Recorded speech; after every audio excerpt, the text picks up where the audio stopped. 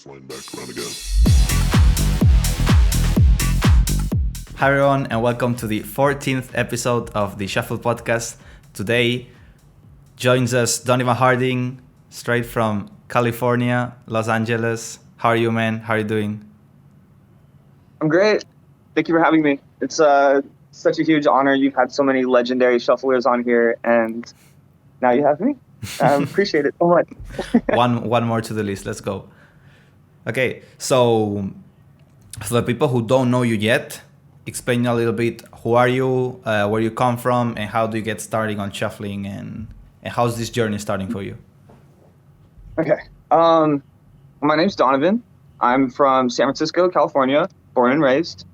And that's where I discovered shuffling when I was, I want to say, 16. In 2009 is when I first discovered shuffling. And what happened was I snuck out of my parents' house in the middle of the night to investigate underground rave that my friend had told me about. And I met with this guy in like the middle of downtown San Francisco in the middle of the night. And he gave me a pat down and led me to this dark like door. When I opened the door, there was like another pat down. And then they led me downstairs into a dark hallway. And then at this point, I'm panicking because I don't know what I'm getting myself into. But then I hear the faint, distant boom, boom, boom, boom, boom, boom, and it gets louder.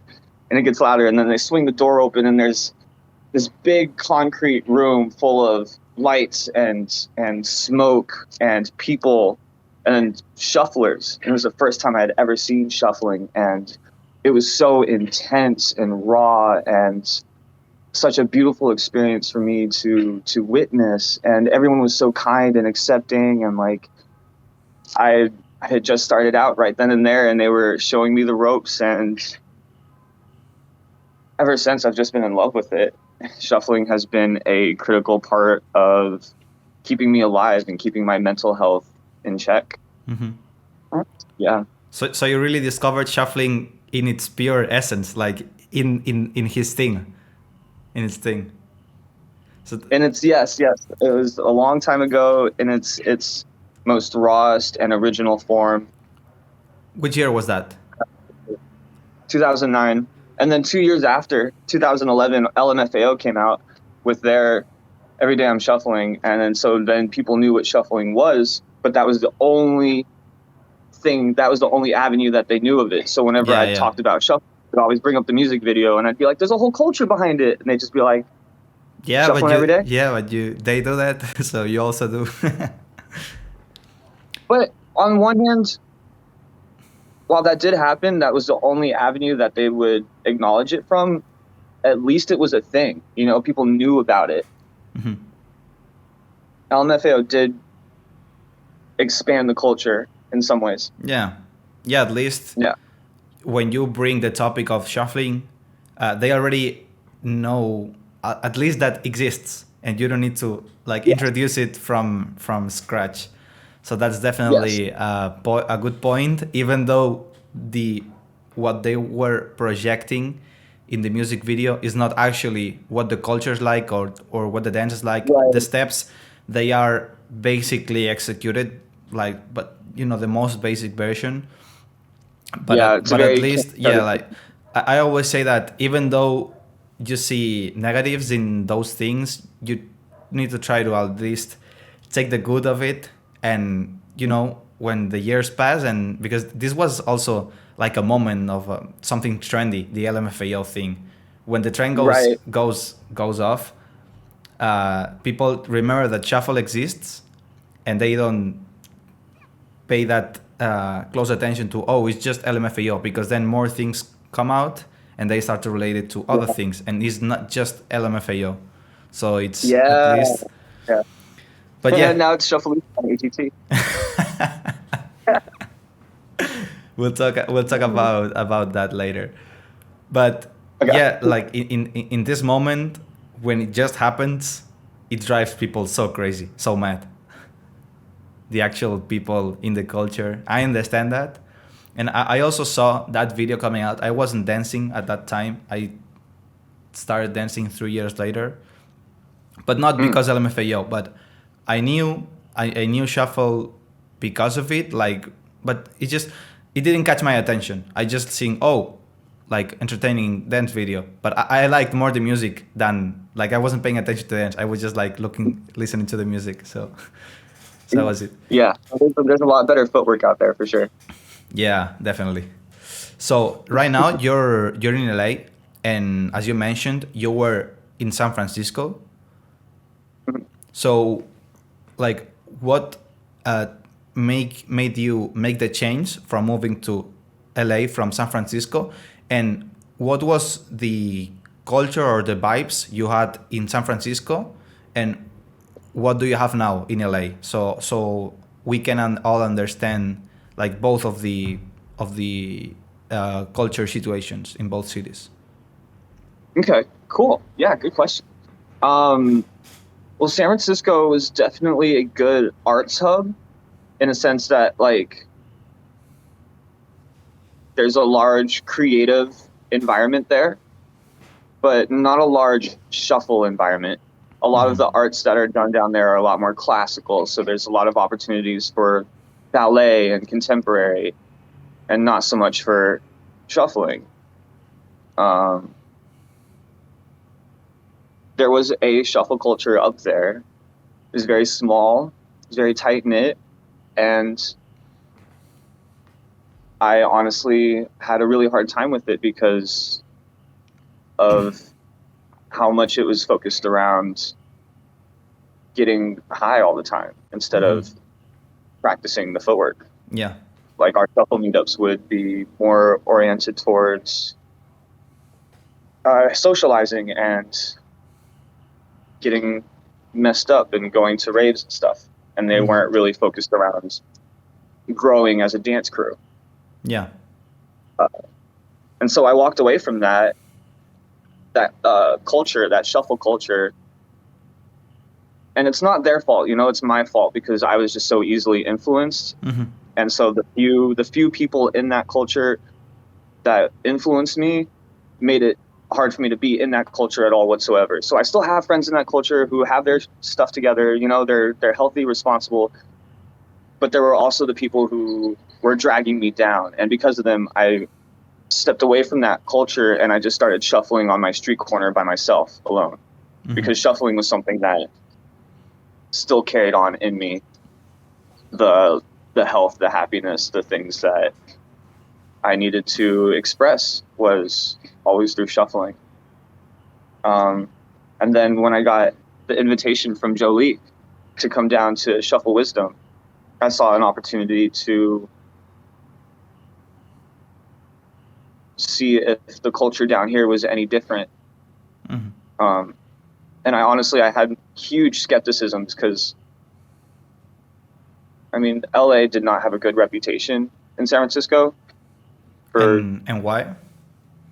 Because in San Francisco, there was just, there's always been the San Francisco-LA rivalry that some people took to another level.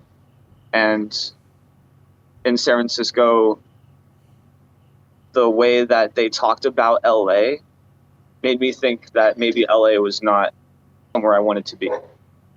But this was all just, hearsay, that's just what they said. I had no actual experience to go off of. So I decided to take a chance, go on this trip and come down and see what the shuffle community is actually like down here. And in just that one night, I discovered the most amazing shuffle community to exist in the United States, in my opinion.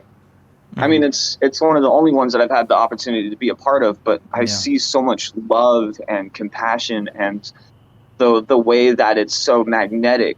I'm not the only one who feels this way. I know people who are currently working right now to come to LA to be a part of this shuffle scene because they know that this is somewhere where their talents will be recognized. There will be people who are willing to share their creative process, and we can all grow as a community and support each other. What Van did a while ago when she started teaching classes is she cultivated a community of people who all share a passion for shuffling. And she worked really hard to build that foundation. Her and the LA Shuffle squad, so that's Tori, Coco, all of them, they all work together to build this community. And it's a platform for us to succeed on. And they gave me that opportunity. They put me on that platform. If not for them, I would not have the opportunities to succeed as I have. Mm-hmm. So it's really all thanks to them. And that's why I moved here, is to continue supporting them and being a part of this community, because I feel like this is the community that I had dreamed of when I originally started shuffling back in the day. You know, I feel like I found people who are just as passionate about shuffling as I am, while also are responsible and not just about going to parties and shuffling just like that. Yeah. You know, there's something to it, the creativity, the collabs, the choreography, and the freestyles, all of it encompassed into one. Mm-hmm. Yeah, I think at least I've grown through these years in the dancing scene, really focusing on the dance and the art and the culture. And I know that raves and, you know, drugs and all these things are part of the oldest culture, but the thing is that, you know, dances evolve. You know, in hip hop and the old crews, the first crews, it was like people from the streets. Like, I'm sure there was a lot of vandalism within the culture, a lot of fights between people, and now it's not. Now it's just a dance style, and it's culture, is street culture, but not the like the dark side of this. So same with shuffling. Like, I've never been on this, let's call it the dark side, because to me right now, at the point that is the shuffling, it's not that it's bad or you're not like a good shuffler if you're doing those things. It's just, I think it's a matter of choice between the goals that you have within this, and probably most of the people that go to this, it's because it's a zone where they are comfortable and they don't really expect much more from the dance rather than just this. So maybe like they are comfortable there and they don't need to pursue anything else. So, and also the thing is that at least here in Spain, the community is very young. Now it's a bit more grown, but even though it's super young compared to other countries, the average age is between now 17 and 20 now, but nice. but the highest peak was like 3 years ago. And imagine this average, but 3 years less, like between 14 and 17. Right. Like literally almost everybody was between this age. And at that time I was like 19, 20. And I was one of the oldest and I was 20. So it's really fun, you know. You met Shuflis too when you came, and like we are like the the oldest, and Shuflis is older than me. Right. So it's like in other communities we're young or we're like average, but mostly young, I think, compared to other communities. And here we are like the oldest people, but we were still super young. So in this space, it was really hard for the community to go towards this side of just partying and do drugs. So I'm also happy that it's not happening, because, you know, I think the dance. Yeah, I definitely feel like that was a earlier generation, and that's what I was born into. It's an escape. You know, the feeling of dancing and just losing yourself to the music is in itself a drug, and something that I am very much addicted to, and I'm okay with, because it's the healthy choice, you know? That's something that I'm like generating natural endorphins, and like I'm creating the experience for myself rather than artificially, you know? Yeah. But also they can go hand in hand together too, if you so choose. Yeah, but like I find important that we always need to explain the culture to the people, Hmm. but also people needs to understand the context of the culture, because Hmm. when shuffling started, it was on the the underground raves where all Hmm. of them were illegal. Well, raves are still illegal, but Right? Yeah. but now you have clubs like there's a lot of things that are regulated and are safe, at least Yeah. safer than than the raves. We have festivals. We have a lot of things that you can go and just Yeah. have like a wild music experience and a wild experience with a wild amount of people shuffling. Yeah. And I think that's the cool part, here like everybody loves go to festivals. And at least what I see here is that almost anyone, well, like people hang out in the night, some of them, but mostly like people never miss, Sunday, sorry, like Saturday afternoon, dance studio, shuffle studio. Nice. And I was like this too. Like I had to works at night. Like I was being a DJ at nights, and I ended up quitting because I was going so tired to the dance sessions, and I was like, I want to be at my 100% of the dance sessions. So it was Yeah. like I prefer to dance during the day and in a good space or with Yeah. friends, and cool atmosphere, rather than just go partying and hope to dance or maybe drink a lot or try to flirt Right. with girls and whatever things people hang out for. So I think like about my youth, and I think I prefer about just to dance. how when you say flirt with girls, I think about how like how the birds on National Geographic will like dance to attract a mate, and I think about shuffling in the club and having that same like path of logic. Like, what do you think? You like my dancing? Maybe you like me? Hey, do you like my stomping? Do you like how? Do you like Yeah. the floor that I just mashed?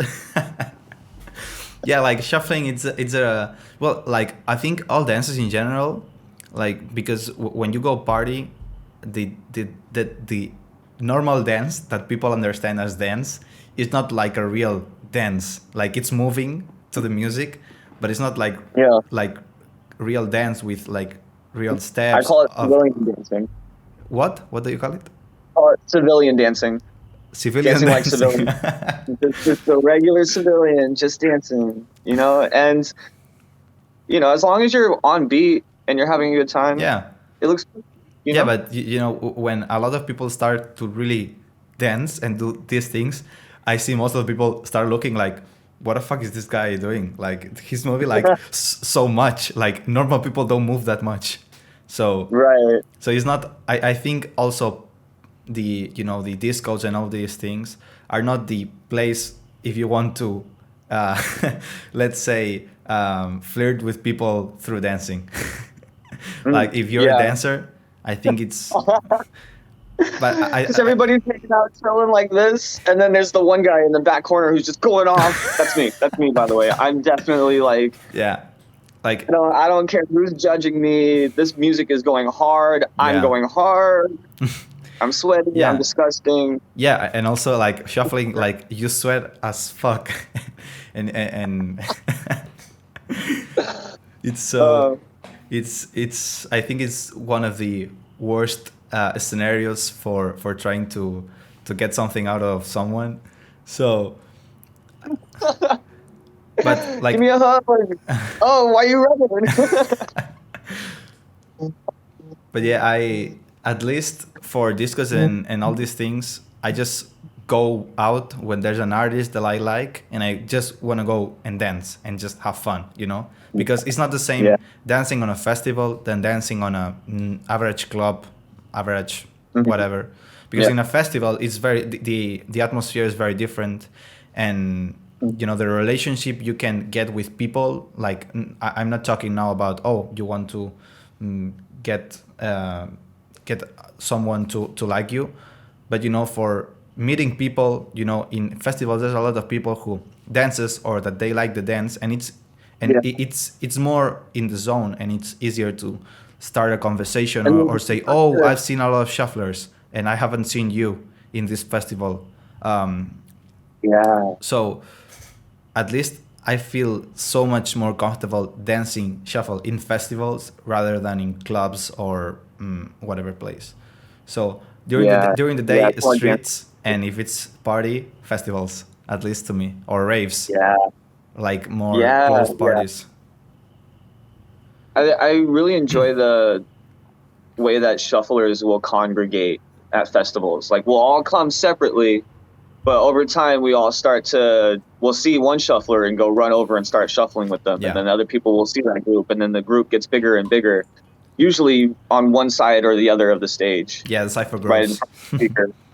Like, yeah, the circles, because the center is always packed with so many people that there's just like no point. I don't know why. I'm trying to dance, not just be shoulder to shoulder in people. I get claustrophobia. So I go over to the side right in front of the speaker where it's nice and loud and nobody wants to stand by me. I ruin my ears, but at least I have all this room to dance. You can have like earplugs. I don't know what's the I, actual name, but yeah, I hear that every festival and think I should have. yeah, at And least. surprisingly, I have really good hearing still.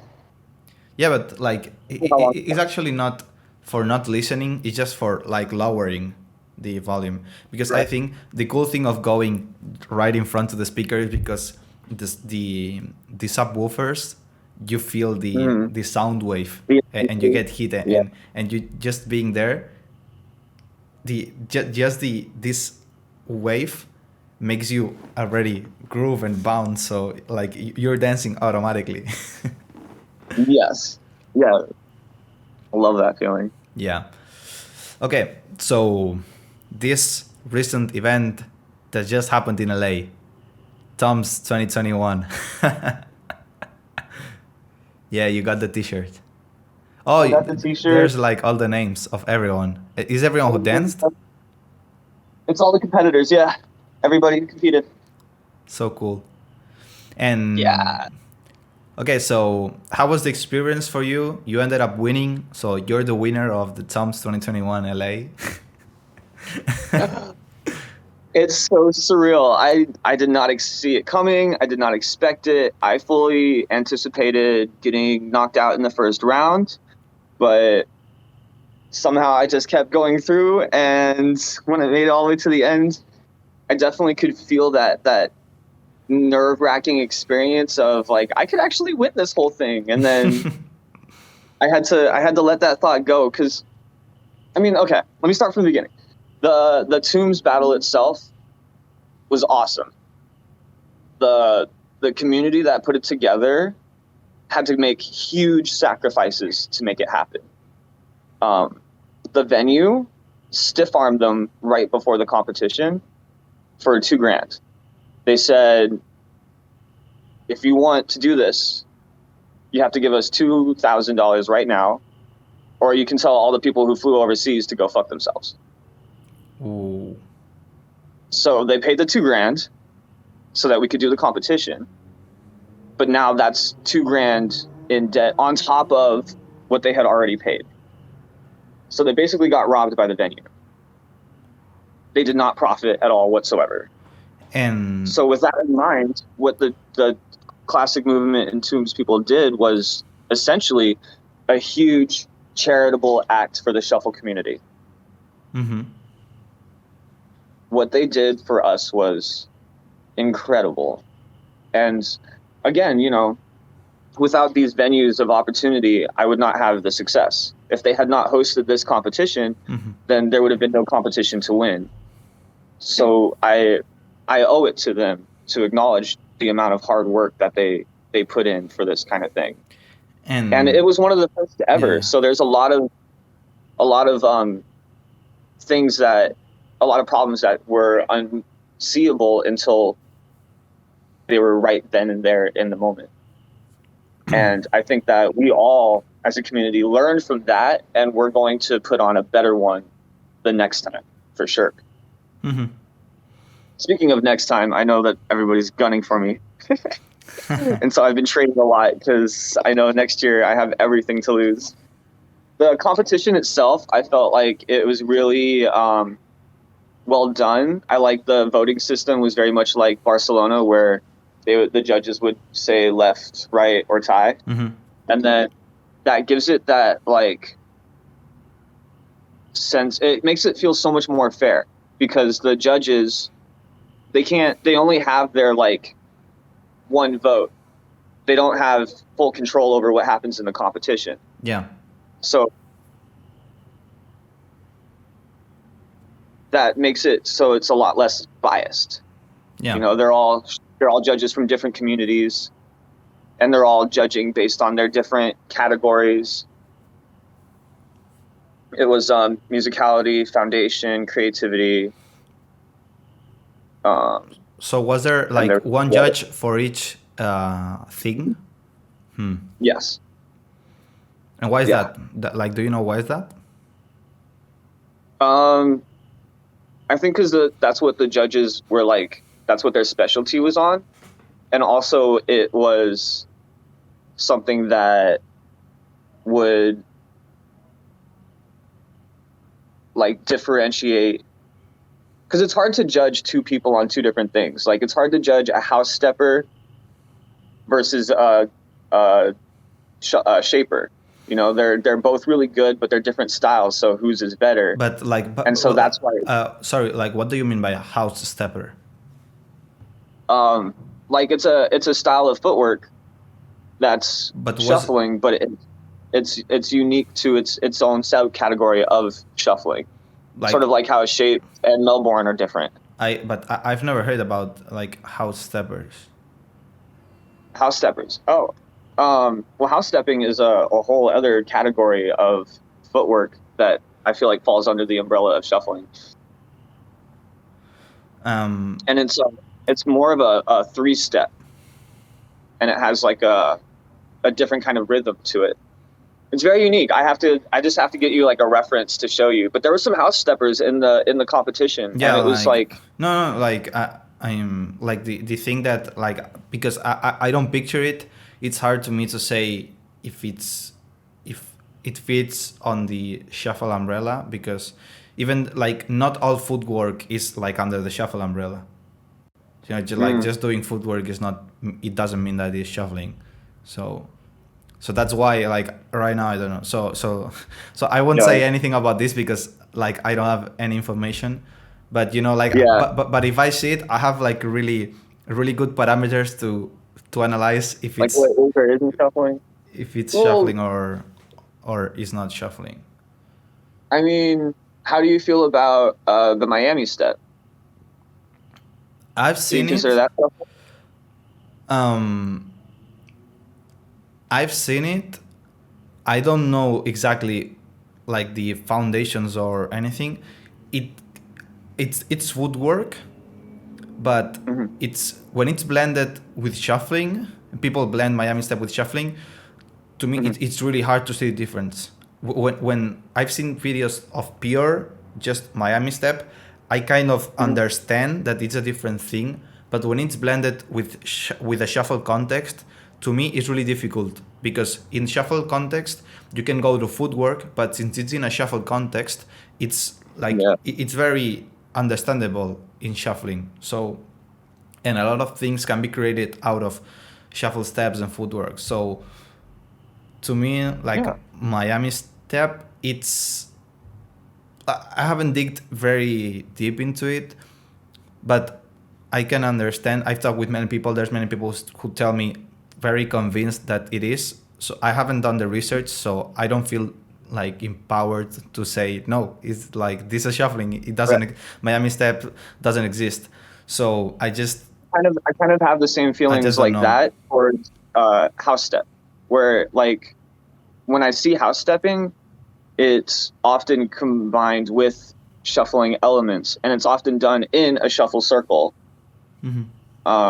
So it's one of those things where, I mean, all footwork can be shuffling, because if you transition from traditional foundational footwork moves to untraditional footwork moves and then back, it's still shuffling, even if the moves that you're throwing in there are like more dancey. So like, or are not traditional shuffle moves. Because I'm a hybrid. I throw in fouettes and split leaps or whatever, and those are all not shuffling moves. But because I throw them in with my shuffling, I still consider them shuffling. So it's a weird. yeah, like It's just I want to talk a thing later about this topic because I've seen the battles and I want to comment about something from a round of yours. yeah. So Okay. yeah, like about this thing about these styles, I think maybe I would need to do a bit more of research because right now I just can't picture enough like Right. Yeah. house steps or Miami steps and really spot the foundations to say, oh, is it shuffling or not shuffling? Like to me, like last thing about this topic is that for something to be under the umbrella of shuffling needs to be born out of the foundation and essence of the shuffling.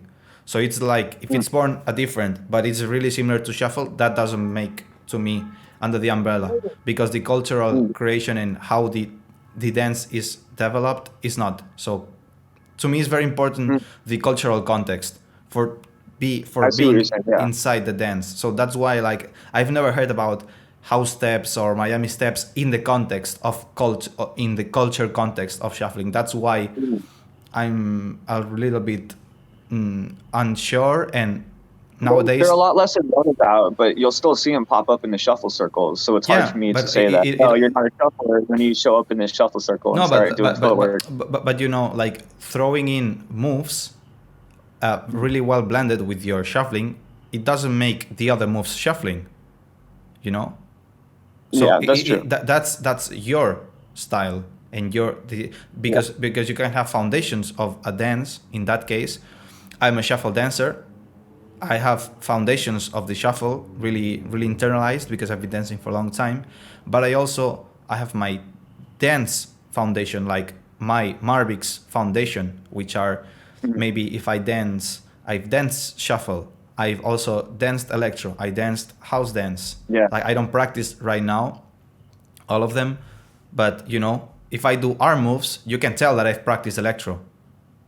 So Yeah, or absolutely. if I try other dances, you can see that I'm a shuffler because I stomp. I have a lot of footwork. So there's things that are foundational for me. And if I'm a break dancer and I come and shuffle, you probably going to see me do a lot of groundwork, a lot of fast Right. spins, a lot of different things. Actually, it's interesting that you say that because I feel like people with different dance backgrounds have like almost an accent on their shuffle style.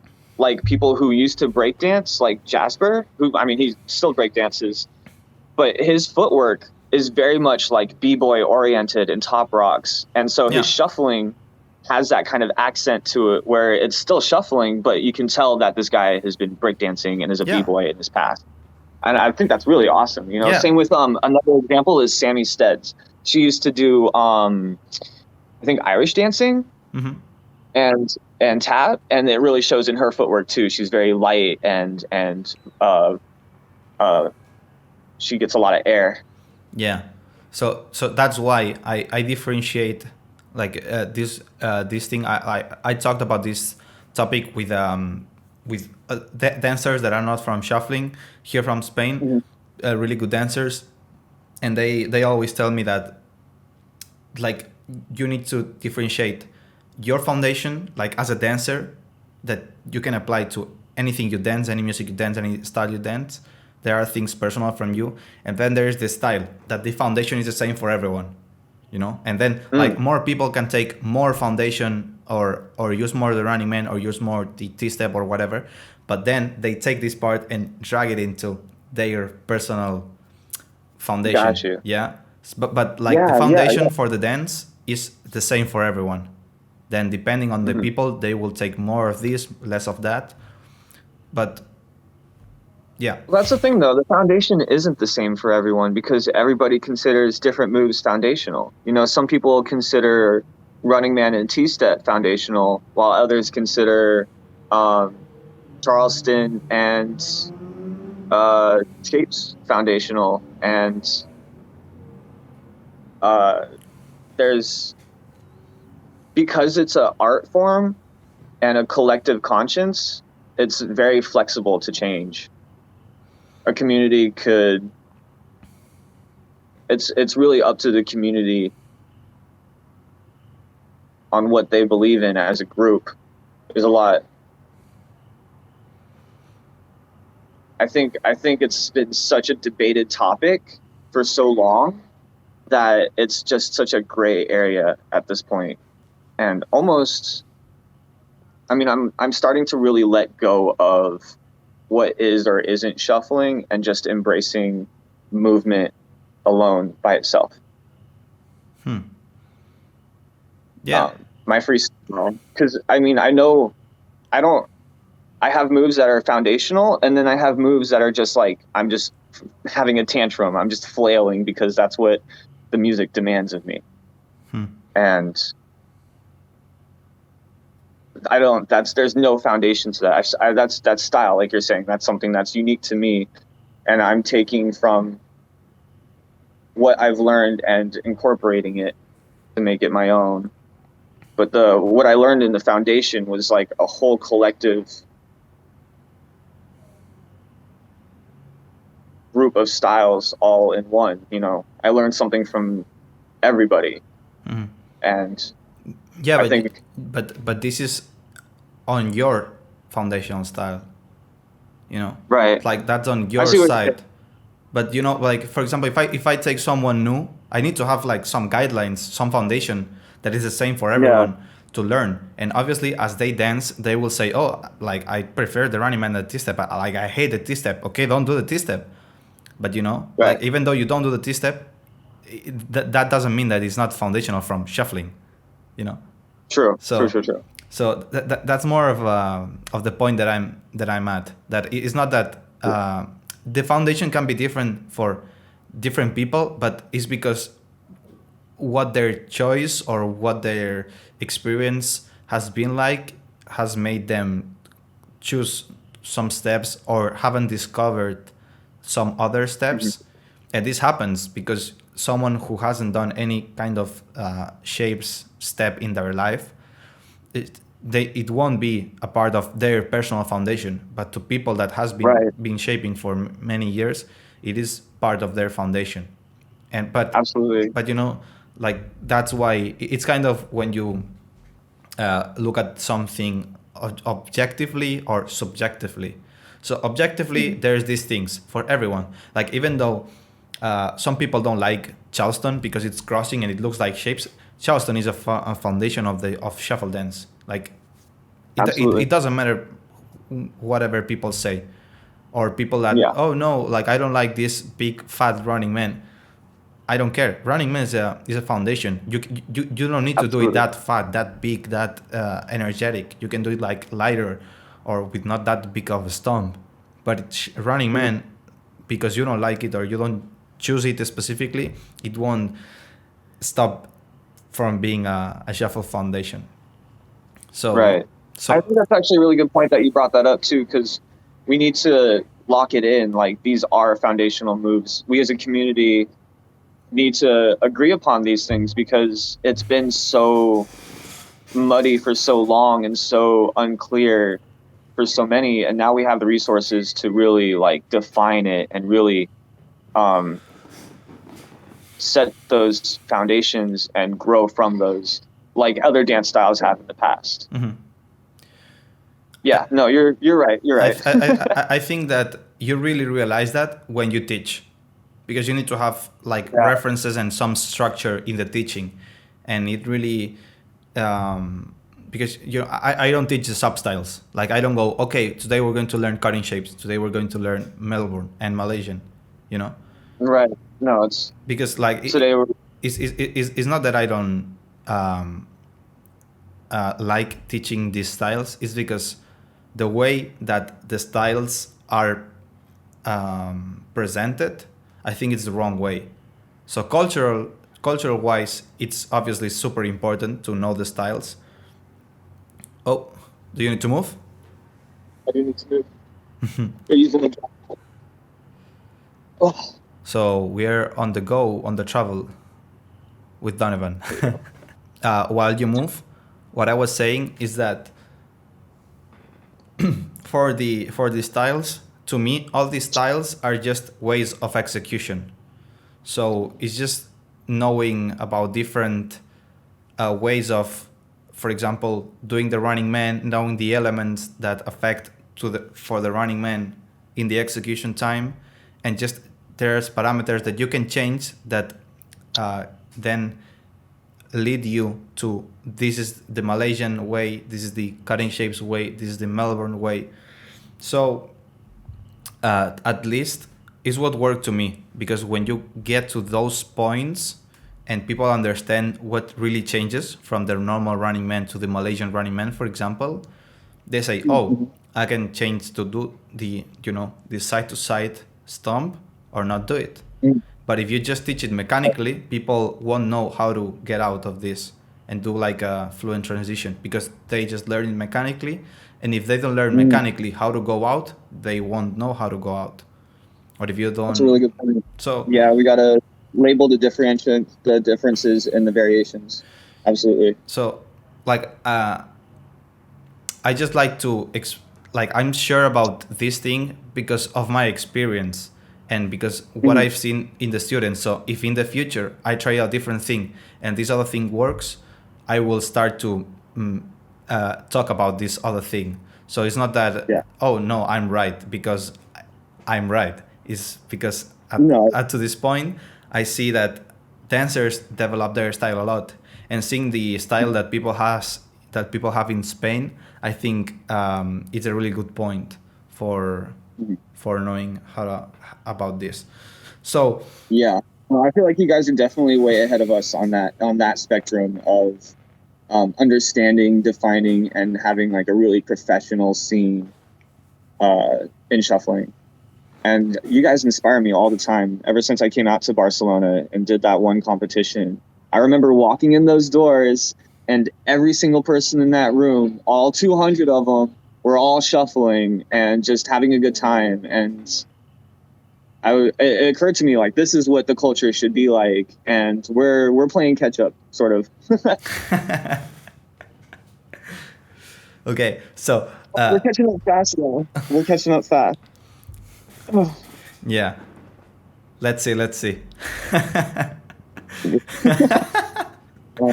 Where did we leave off? We were talking about the competition and then we got sidetracked. Yeah, I was about to say that.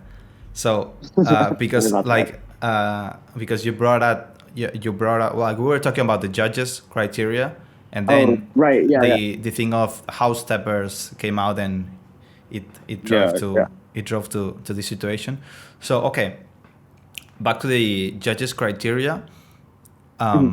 What I was going to ask is that for example, like I talked with Kento, and when he told me this, I thought about this thing of the judges, and just imagine, everybody knows the criteria of the judges, right?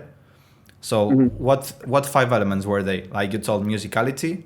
Which one more? There's fundamentals, creativity, musicality, fundamentals, creativity. I forget what the last 2 are. I'm trying to remember. Okay, just so imagine there is, I know punchlines I'm inventing, okay? So and energy, okay? So how they manage the energy, okay? Just let's say those 5. They can be different, like I don't mind. So there's 5 judges. I do all round, just focus on 3 things. Like I'm really, really good at those 3 things, or I just focus on those 3 things. I don't care if I'm bad at punchlines or I'm bad at creativity. I just focus on the other 3 so much. And if I nail those 3, I technically win. Technically. So like I don't see like I don't see the... If you only rely on those 3, right, and your opponent is better than you in any of those 3, then you're only having 2. Yeah, But the thing is So you that want to go for all five. You want to go for all five every round because you want to have the best odds in the yeah, but to like, move on. imagine, You want to win them all. imagine that I'm really good at footwork. Okay, Uh-huh. I'm technically really good at technique, and Yeah. they're what they value is groove, flow, musicality, Mhm. foundation, Mhm. punchlines. Okay, but they don't evaluate technique. So Mhm. like Well, technique would fall under foundation. what? Technique would fall under foundation. But like there's technique. It's part of everything, you know. So like it's an example that, for example, if I pursue a really technical round, a lot of variations, a lot of thing, like Mhm. it's it's not on the under the criteria. Like exactly, like I can do very different things, storytelling, a lot of things that may Yeah. not be under this umbrella. Like five criteria elements just to me is like very, like it's very few. But imagine Mm. that you have already seen many battles of shuffling, and you're Mm. judging, and you have to judge musicality, and Mm. you're seeing the battle, and one in musicality scores better, the other one doesn't score that good, but Mm. dance really good in general, and you need to vote for the Mm. other one. So you're like, Yeah. go into this one. Yeah. So Right. Well, like I mean, like that's the thing. You have to. to me, That's it's like, why they would divide the judges into those categories to vote specifically on a certain aspect of your style, rather than just saying like, "Oh, I liked his more than I liked hers," or "I liked hers more than I liked his." It's not just subjective on the sense of yes or no, but more of like, in this category specifically, you were stronger. And this way, it's divided in a way that's not so just open to interpretation. Because without those criteria, the judges would just vote for um, whoever they were most entertained by, no, but or like whoever they it liked the most. doesn't, like if you don't have a I mean, I guess specific, it's fully just different. one, because like I think that cutting the criteria just to one criteria per judge, you're Mhm. capping a lot the like the potential of the um, value of the judge, because the judge can appreciate maybe a Mhm. lot of things, and maybe they just Yeah. are cut just to one, and maybe they are, oh, I've noticed this thing this dancer did and the other didn't, or there one judge catches a lot of things that the other one didn't do, and because of that Yeah. they need to vote, like they aren't able to evaluate this by voting to this dancer. So it's when you don't have a specific, just All good. You got what you want to do. It's okay. Thank you. Yeah. Sorry, I need to get away from no, these don't worry. cans. So when you just have one element, you're like, okay, sorry, like I wasn't going to say that. So when one judge doesn't doesn't have anything that the tournament told them, oh, okay, you need to evaluate musicality or foundations or another element, it's not that it's just to their liking, or oh, this one entertained me more. Like all the judges need to know about all the five and more elements that exist, and judge based on what they catch at the moment, everything. So they kind of need to say, oh, this one had like, okay, good foundation, poor musicality, good creativity, good technique. What did the other do? Oh, nice groove, poor foundation, not very clean steps, uh, normal musicality. So overall, to me, wins this dancer. So, there you vote. So, like to me, I think That's interesting. limiting the judges' criteria, I think it's more negative than positive. Like I understand the point. It's not that I say that is useless, but I think more criteria can be thrown in. And then also that leaves it open to like, because you don't say that at the end. You don't say, oh, like this person has better musicality or not. You just vote one way or the other, and then the round moves on. Yeah, but like in the tournament, you can't be explaining everything like every round. Like it would, the tournament would be endless. If the judges are divided, then you know that judge is voting based on musicality or etc. And you can see, this judge, he specializes in musicality. That's something that he does well in his shuffling. And so when he's watching, he might see strong foundation and other things, but he's voting based on just musicality, and people can see where, when the judges vote, where their votes are going based on that decision. It's not just it's like when the judge votes, I don't have to wonder what it is that he's thinking. I can just know this person's musicality was, in his opinion, better, and it has nothing to do with the creativity or all the other stuff. Like, if your competitor was stronger creatively, you'll know it because that judge will vote against you. Whereas if that judge didn't have that criteria, then I don't know why that judge voted, other than the fact that that was an opinion.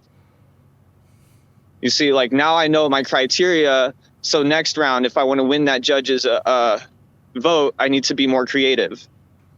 Something like that. It's like you get instant feedback based on what the judges' votes are.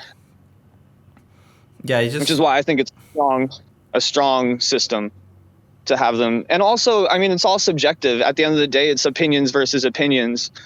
I mean, I could host a competition myself and have my own opinions about the shufflers. And at the end of the day, they're the hosts. It's their show. It's their rules. Yeah. Obviously. No, it's just like I'm not saying that it's unfair. I don't know. Like maybe one round I take creativity to a level that is, imagine, insane, and maybe I don't focus that much on musicality and other things, but creative wise, it's so crazy.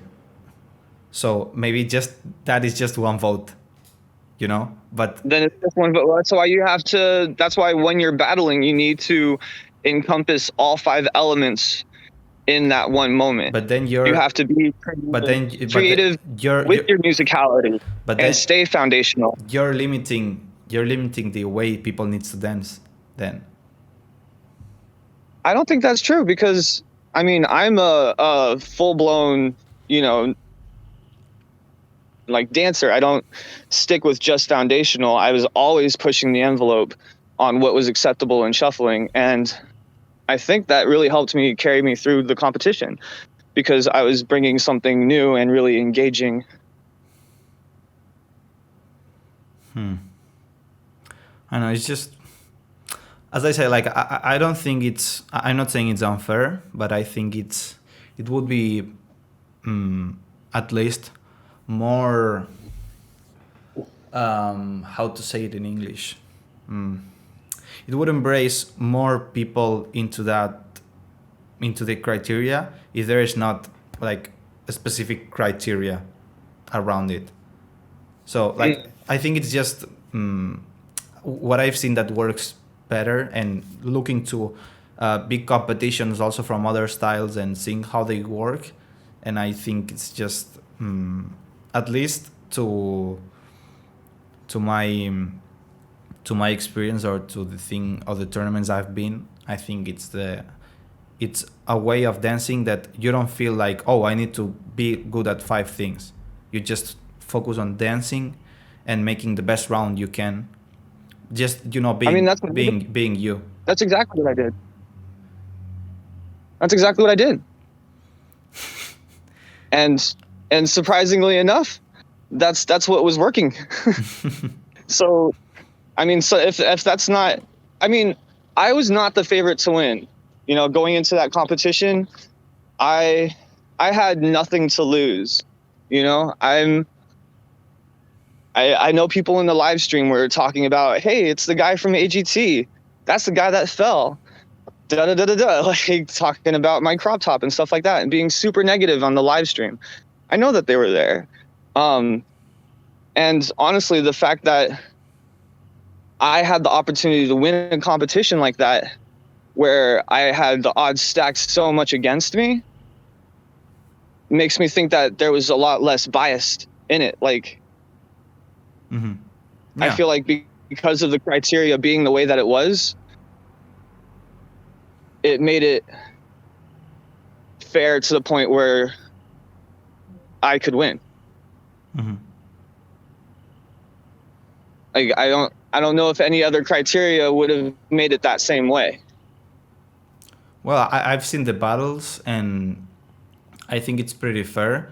Maybe in the battle with Chelsea, I don't see it like, I'm not like 100% sure. Like maybe it was more tight. I don't know. Or depending on what elements. That was a good one. Or depending on. The one-on-one versus Chelsea? Oh my God. Yeah, depending on. on. You watch my heart? What? My stomach when she did that back. Oh my God. Yeah, no, she did great. I definitely acknowledge the fact that I squeaked by that round. So she's a great competitor, and it was an awesome exchange of energy. We talked about it. Like, that was an epic round, and it felt good for her to like really bring it like that on me. You know, made me feel like a real threat. Oh my God, this quality is getting really bad. Yeah, I'm sorry. Yeah, I'm saying that. Don't worry. So let's talk about the rounds in specific. So I just seen the 3 last rounds, so finals, semifinals, and quarterfinals. The other ones I didn't find them because the video was too long and the quality was pretty bad, and I didn't appreciate like the really good the dancing. So about the battles, I know the format was like 1 round and both dancing the same song. And did you have a time limit or didn't you? Yeah. There was a limit, like about a minute. But if you decided to end your round earlier, you could. Yeah, because and it's really to your discretion to end it at a good timing. I've seen many dancers ending the round at 30 seconds, which I consider a short round for a battle. Yeah. But me. Yeah, you versus Chelsea. I was doing 30-second round. You versus Chelsea. 30 seconds. Yeah, 30 seconds. I mean, it's exhausting. And especially when you're battling, because you're not just like, it's so hard to pace yourself when you're battling. You just want to give it all right from there. It's so intense. It is. You just want to let them have it. Yeah, but battling is also about what you're talking about, like managing your energy. Because if you plan or you predict that you're going to go through many rounds, you need to balance your energy and distribute your energy for the different rounds, because if not, but if you don't give enough energy, then you won't go to the next round. Yeah, like obviously, which is why you have to give it. I was giving it 100 every time, and then when I got to round 3, I looked at the guy across from me, and we're both just like, "Oh my God, we have to do 3 more songs together." Yeah. So. Yeah. But it's also there's a deep respect for each other in that moment. So, let's talk about the semifinals and finals. And in the semifinals, like first one, I want you to tell me how did you live the battle, Chelsea's round and your round, and after that, I will tell you like my feedback about what did I see in the battle. Well, do you want me to do like the play-by-play or just from when they announced the winner. No, like in the battle with Chelsea, the semifinals. Mm-hmm. That moment of her dancing and then you dancing. What's your living experience in those moments? I mean, Chelsea and I were talking right before our round. We were like expressing how excited we were to be battling together because I know Chelsea. I've known her for a while. We're good friends. She's had me on her elevated movement before, and we both knew like this round is going to be a close one. It's going to be a tight one, and as we're having that conversation, they're like announcing us to go up and battle right then and there. Oops, I lost you. We lost Donivan. All at once. Can you repeat the last phrase after they called you? Because I lost you. There you go. I can't find a decent place. Maybe. Yeah, no, I'll make it work. Right here. Okay, so we were talking about our round and how epic it's about to be. And as we're talking about it, they call us up because things happen so fast when you're in that and you're still like in your rounds. the rounds just keep coming so fast. We take our spots and I'm looking away, just getting myself like mentally prepared.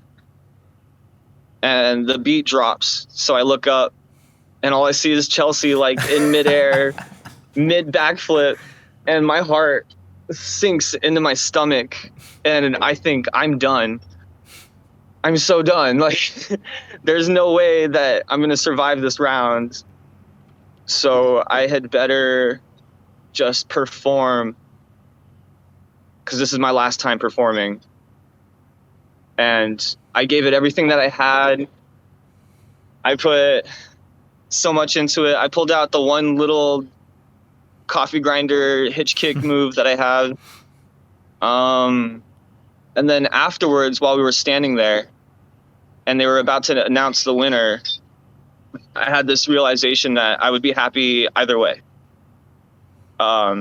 If I go on to the finals, that's a huge achievement. A huge achievement. But also, if I don't go on to the finals, this chaos can finally end and I can breathe again and all of this experience, like I will be able to rest and Chelsea will have to go through all that. So I was happy either way. Mm-hmm. And when they voted me to go through, I had mixed feelings because I was like, yes, you know, I'm so excited that I'm a finalist in the Tombs competition. I have a chance to win this thing. But also, like, I have a whole lot. I have the next, like, finals to go through. And that was so, like, nerve-wracking, so stressful on my mind. And what exactly were the votes? Because I in the video, I see lefty voting Thai and two people voting for you, but and the other two, do you remember what they were voting? Were they tying? Were they? I think it was 3 for me, 1 against me, and 1 tie. Mm-hmm. Okay. So. I could be wrong though. I don't remember. Like I'm sure that 1 is Thai, that is Sky, and 2 more people voting for you because they are like in the back, so I don't recognize them. Like Lefty was like just in front of the camera. So yeah. About this battle, what I see is that when she does the backflip, she takes the energy of the battle here. Because the people is hyped, and then she starts dancing low energy, and it's like super hype, and boom, it's like the inflates. So I think this was a mistake from her part to use that backflip to bring the hype up and like be in a high energy and then start dancing at a very low pace. and well, not low pace, but low energy, and this is like makes the crowd go down, and they don't remember the the backflip. So then she was like, the steps she was doing, like it was really good. Like I see a lot of textures, good variations, a lot of cool things. Yeah. But energy wise, I think this was a mistake from her, that she didn't control that energy. And it also is part of the crowd control in when you're battling is also very important to have this power of control, because it gives you a lot of control over what's happening. Right. And no, absolutely, you want to win the crowd, because the crowd ultimately will sway the judges when they're it shouldn't, when the but it's hard to vote against them. It shouldn't, but it helps a little bit. It does. It's not the end all be all, but it does help for sure. Yeah, I think it helps a bit. So I think that every round has a like peak climax of energy. So for me, my strategy was always to start low and try to vamp it up at the end, and then always sign out when you're done. A lot of shufflers I noticed would just kind of get winded and be like, all right, I'm done, and just walk away. Mm-hmm. Whereas me, whenever I was done, I would always be like, and I'm done. Here's this final move that says I'm done. You all know that I'm done. Mm-hmm. And it's the next round kind of thing. It's important to sign out at the end of your round. Yeah, obviously. Yeah, that's a really important thing. Yeah, no, it really it makes the statement, and you want to sign out while you're at a high point in energy. If you keep going too long, then the energy starts to drop off. Yeah, that's why the energy control and management it's really important. And about the crowd thing, like to me the most important thing to manage the crowd is to also help you to gain more energy, because when people is hyped up, oh my god, yeah, like they're giving you energy and your energy goes up. So I think it's more important for yourself for when you're dancing, because if the judges are good and they're professional, they won't get affected by if the crowd is cheering and screaming more. So I think it's more a useful thing for you and to put pressure to the other dancer. Oh, yeah. One of my biggest shuffle crushes was at that competition, and dancing, knowing that she was there, definitely was a huge factor in like getting energy from the crowd, like you're talking about. Like the hype, seeing her be hyped definitely was a big factor in me performing with so much energy. and in your round, I can tell that you were so nervous, because you go I can tell, man, because I've seen the other rounds and I can tell, because your round is too short. You're focused on doing the spins and punchlines, and the steps you do them like so hard, and it's not that you're like creating things, looking for creativity or musicality. It's just like punchline and go hard and hard and hard and spin and I'm done. Yeah, no, I was hugging my comfort zone and going as hard as I possibly could. And yeah, no, that was it. I was very nervous battling Chelsea. So, in this battle, like I was saying it before the interview, to have like fresh all the like I had already seen them, but I watched them again before this podcast, and I was seeing Chelsea's round, and then I saw your round, and I was like, wow, that was close. And to me, like if I had been a judge, I think I would have voted for Chelsea, because I think that the technique and the execution, that the things she did in general, like to me the backflip is not very important. Like they start with a backflip and they don't take the energy and use the hype well. The backflip is like if you just do a normal running man. So it's not a big deal. So right, but her foundation is so on point. Like there wasn't a single like messy step. I recognize that I'm fairly sloppy. I make a lot of like goofy mistakes. However, because of those risks that I take, I also feel like I come out with a lot of really creative, cool stuff. But it's hit or miss. yeah, for sure. I remember thinking when I did the bazooka in the finals, and like there was no reaction from the crowd really, and I was thinking to myself, wow, I really just did the bazooka. Like that was. Yeah, when you do something and expect the people to scream and they don't scream, you're like, oh fuck, I need to go. I need to continue. Realizing, it's so like cliche and unoriginal and has been done millions and millions of times before. Like you have to, it's so hard to, but I was just going for it. I had nothing to lose. I had nothing to lose. And going to the finals, the format, like I didn't understand at the beginning. Like I saw that later, that you were dancing a song of your choice and a song of the other dancer choice, and then you were dancing first the other dancer's song, then no.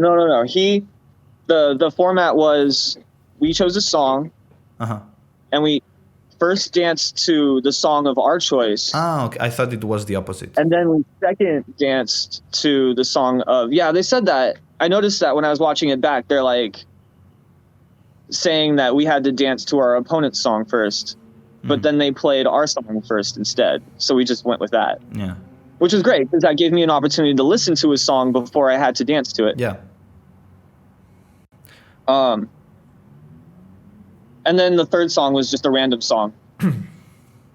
Yeah. So, like, it was curious because, there was this funky song that is not very, like, shuffle friendly. Like, you can shuffle, like, it's totally fine. But it's not like what we're used to. If you don't practice on purpose with hip hop or funk or whatever other genre, is something you're not very used to. And it's also like you see that really much because I think none of you had like a solid shuffle round with this song. It was very diverse. Like you would say like some shuffle steps, but many things that like it was hard for me to see like a continuous build up of a shuffle round. And Techno Chief was doing this jerk ground spin, like going up and down and spinning. He did like 5 or 6 times throughout the final. Something I don't recommend. Something I don't recommend, to do the same step or trick 5 or 6 times in the same battle. And he was, I don't know, like I saw his rounds like a bit basic to me. Like I've seen other rounds and they are like better. I don't know what happened, but I was seeing like his rounds a bit, a bit basic, well, like really simple. So I think like after seeing the finals, I'm like, I have like no doubts that Donivan wins. And also about the funky round, about yours, and I see you throwing a lot of locking moves, and like what's your, like what do you think or what do you feel in that moment? Because it's not that you throw the locking movements while you're shuffling. It's like you're shuffling, stop, do the locking, and then go back to shuffling. So why is that? Well, first of all, I loved that he played that song, because if I were anybody else, I feel like that was a really tactical maneuver, because when a song is that slow, you have so much room to make a mistake as a shuffler. Yeah. You have to really hammer in that technique and the details. And something I thought about from my competition in Barcelona was that I started expanding and getting away from shuffling. And then I felt like that really hurt me. So I would start locking, and then I would think about what happened in Barcelona, and I would go back to footwork. But then I would listen to the song, and the song would make me want to keep doing hip hop moves. And then I would say, okay, let's see how I can incorporate the hip hop vibe that I'm feeling while keeping the footwork alive.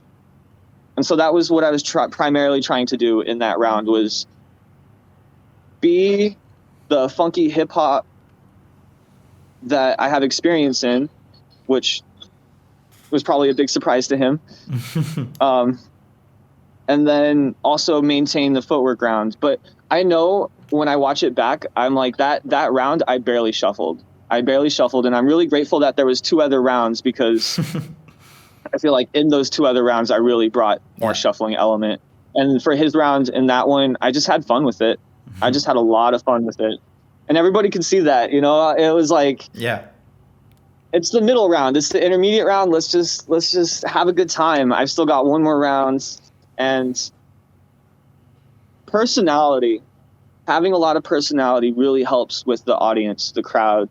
I feel like the audience really got to know me in that round, whereas his persona was very like mysterious. You know, he had the hat and the mask and the jacket, and he never took any of it off, and nobody really could see his face or know who he was, versus being very obvious about who I am. I'm wearing my Shufflelution sleeves, and I'm like interacting in a way that's very I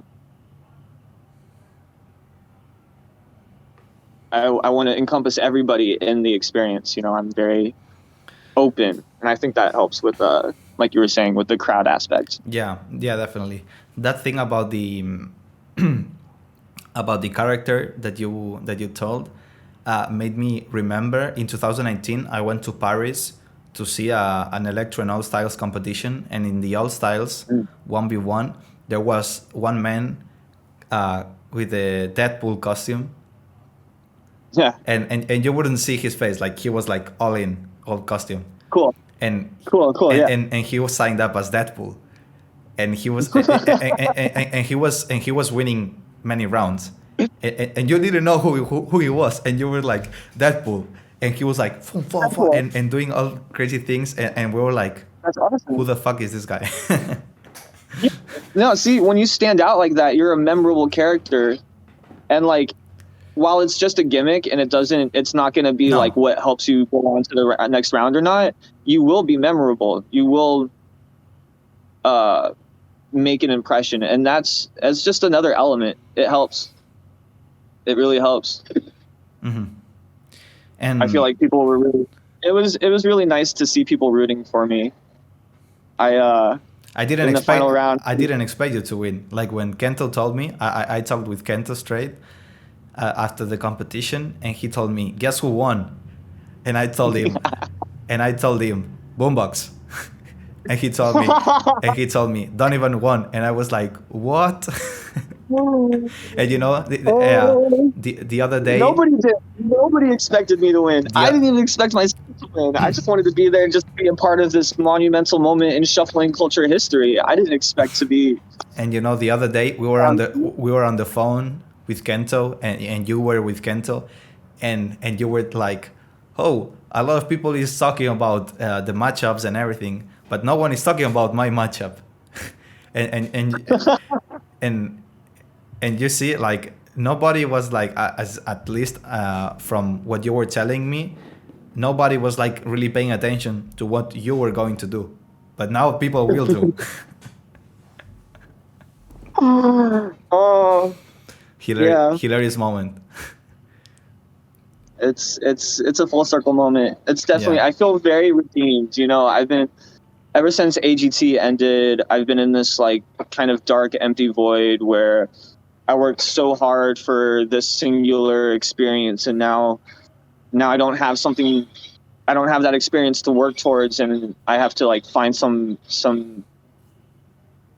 new like energy in my life, and to have this competition happen right as it did was like the perfect reminder that like there's just so much potential for the shuffle community to grow and continue to do things, and I'm feeling extremely inspired, and I got a lot of work to do because I got to be ready for next year.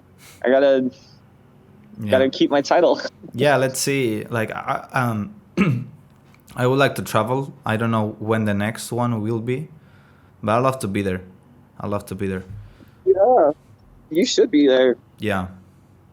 Yeah. Also, this year, I hope it was I'm with you. Oh my god.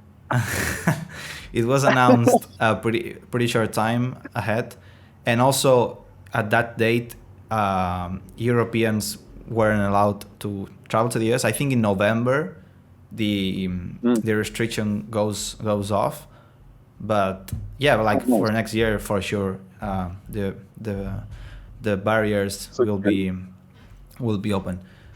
And last thing about the Tombs tournament, what was the feeling when you get the verdict and you become the winner?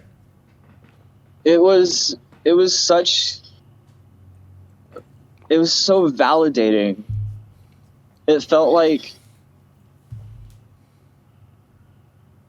as someone who's been shuffling alone for years, as someone who's shuffled in my basement or on a street corner for years just alone, it meant so much to be recognized by community for how hard I've been working on my own.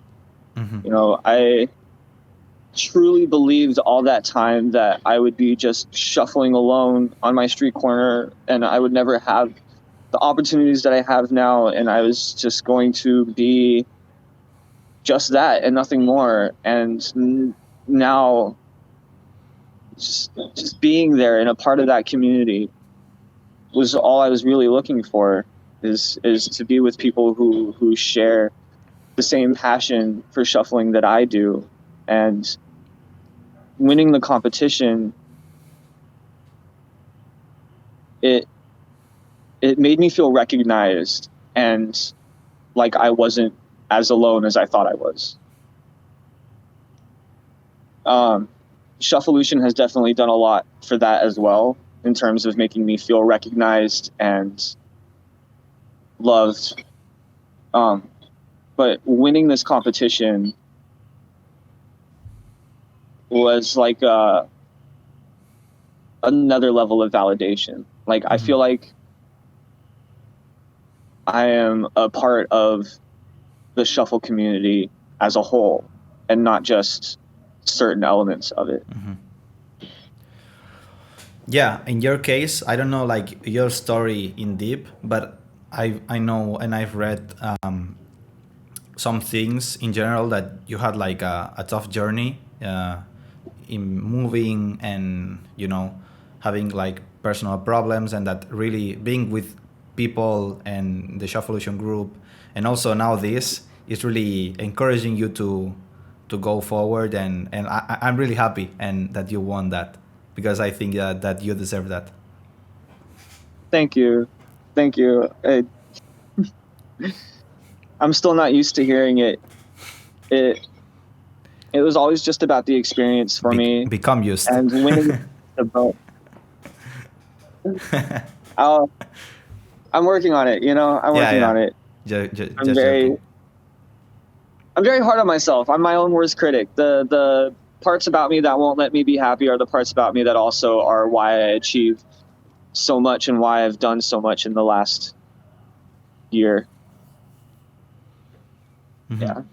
And what would you tell to people that maybe is not sure if signing up to next competitions, because people just see like the triumphs and, oh, this dancer is really good and now he wins, or he or she wins. People don't see the grind and the years and the work prior to that, because a lot of things like this happen. We're going to talk later more about competition and about Barcelona. But right now, what do you like something to say to people that maybe is hesitating if signing up or not, or I don't have the level, or I don't feel confident enough about myself on the dance floor? What advice do you give to these dancers? I've always been a trial by fire kind of person. And what I mean by that is I would sign up for the competition and then worry about what will happen like all the fear would come afterwards. I would sign up and then I would go, what did I just get myself into? Like, oh my God, what if I'm not good enough? All of that stuff would come later after the fact. But the experience that you gain from being in a competition will always prepare you for the next one. Mm-hmm. I could describe the nervous feeling of going in a battle, but the only way to truly experience a battle vibe is to actually be in one. And you'll learn,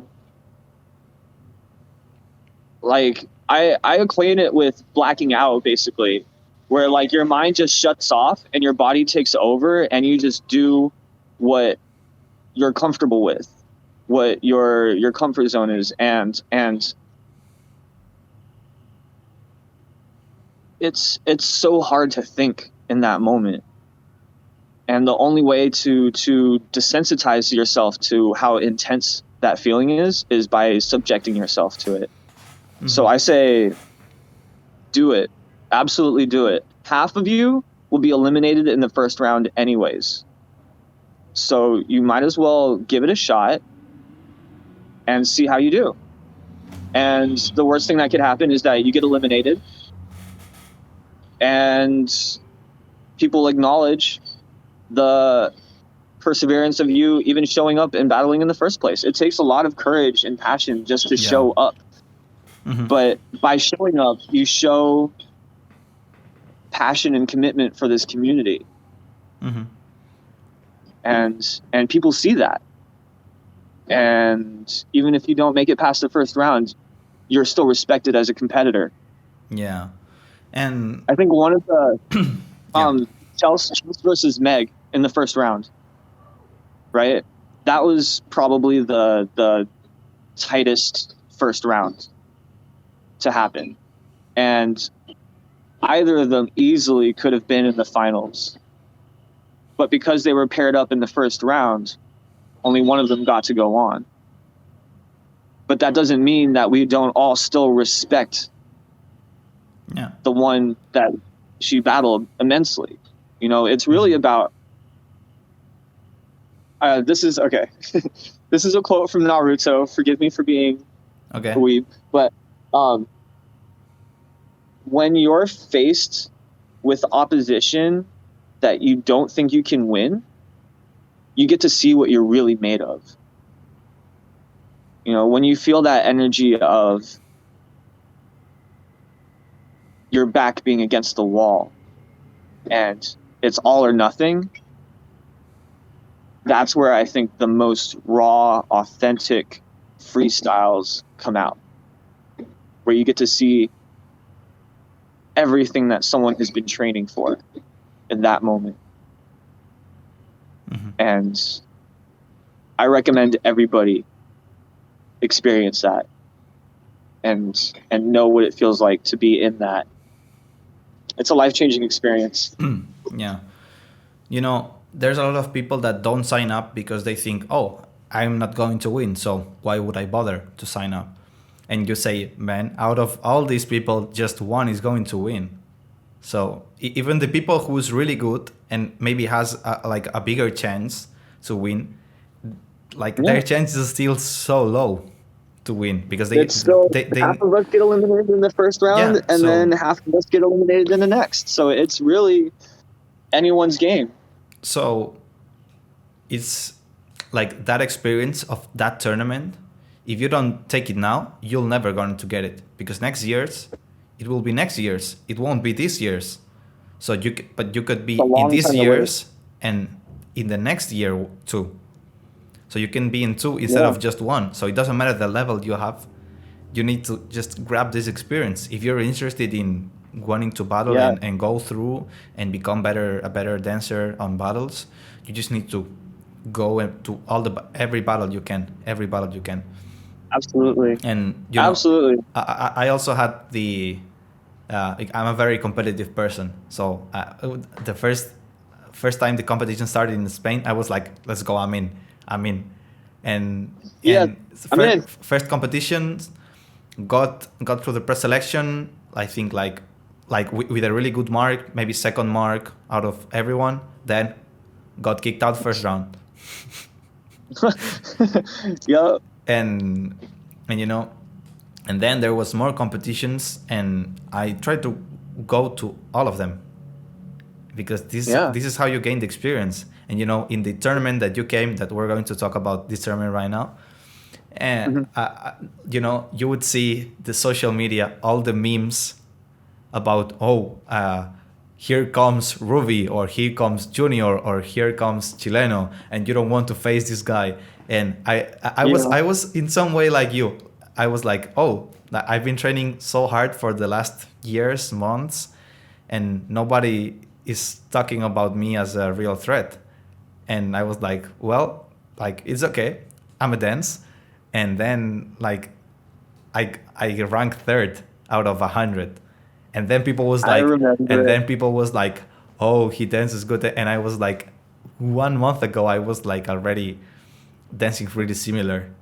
But since people don't see that in a real tournament, maybe people don't notice about you. And maybe if you want to get known in the tournaments, maybe they're a good place to showcase yourself and be training. And this is maybe your place to get the spotlight. I don't know. So depending on your goals, but like my goal is not to be like the most known, but you know, like, but I know that you will get known for doing good things for the people or performing really good. So I think it's something that comes with it, and also you'll end up doing better things. So let's go talk about this competition in specific that you traveled to in 2019, 2 years ago. You came to Barcelona to the. It was actually the first TSL event, because the format was new. So like we had competitions before, but this was the first year of this brand of the tournament. So, wow, I had no idea. Yeah, so it looked like a tournament that has been doing like for many years, right? Because the venue. And everything. No, I thought you guys had really laid down the groundwork. No, doing it for a long time. No, like actually, from that year, battles in Spain were just 1 year in.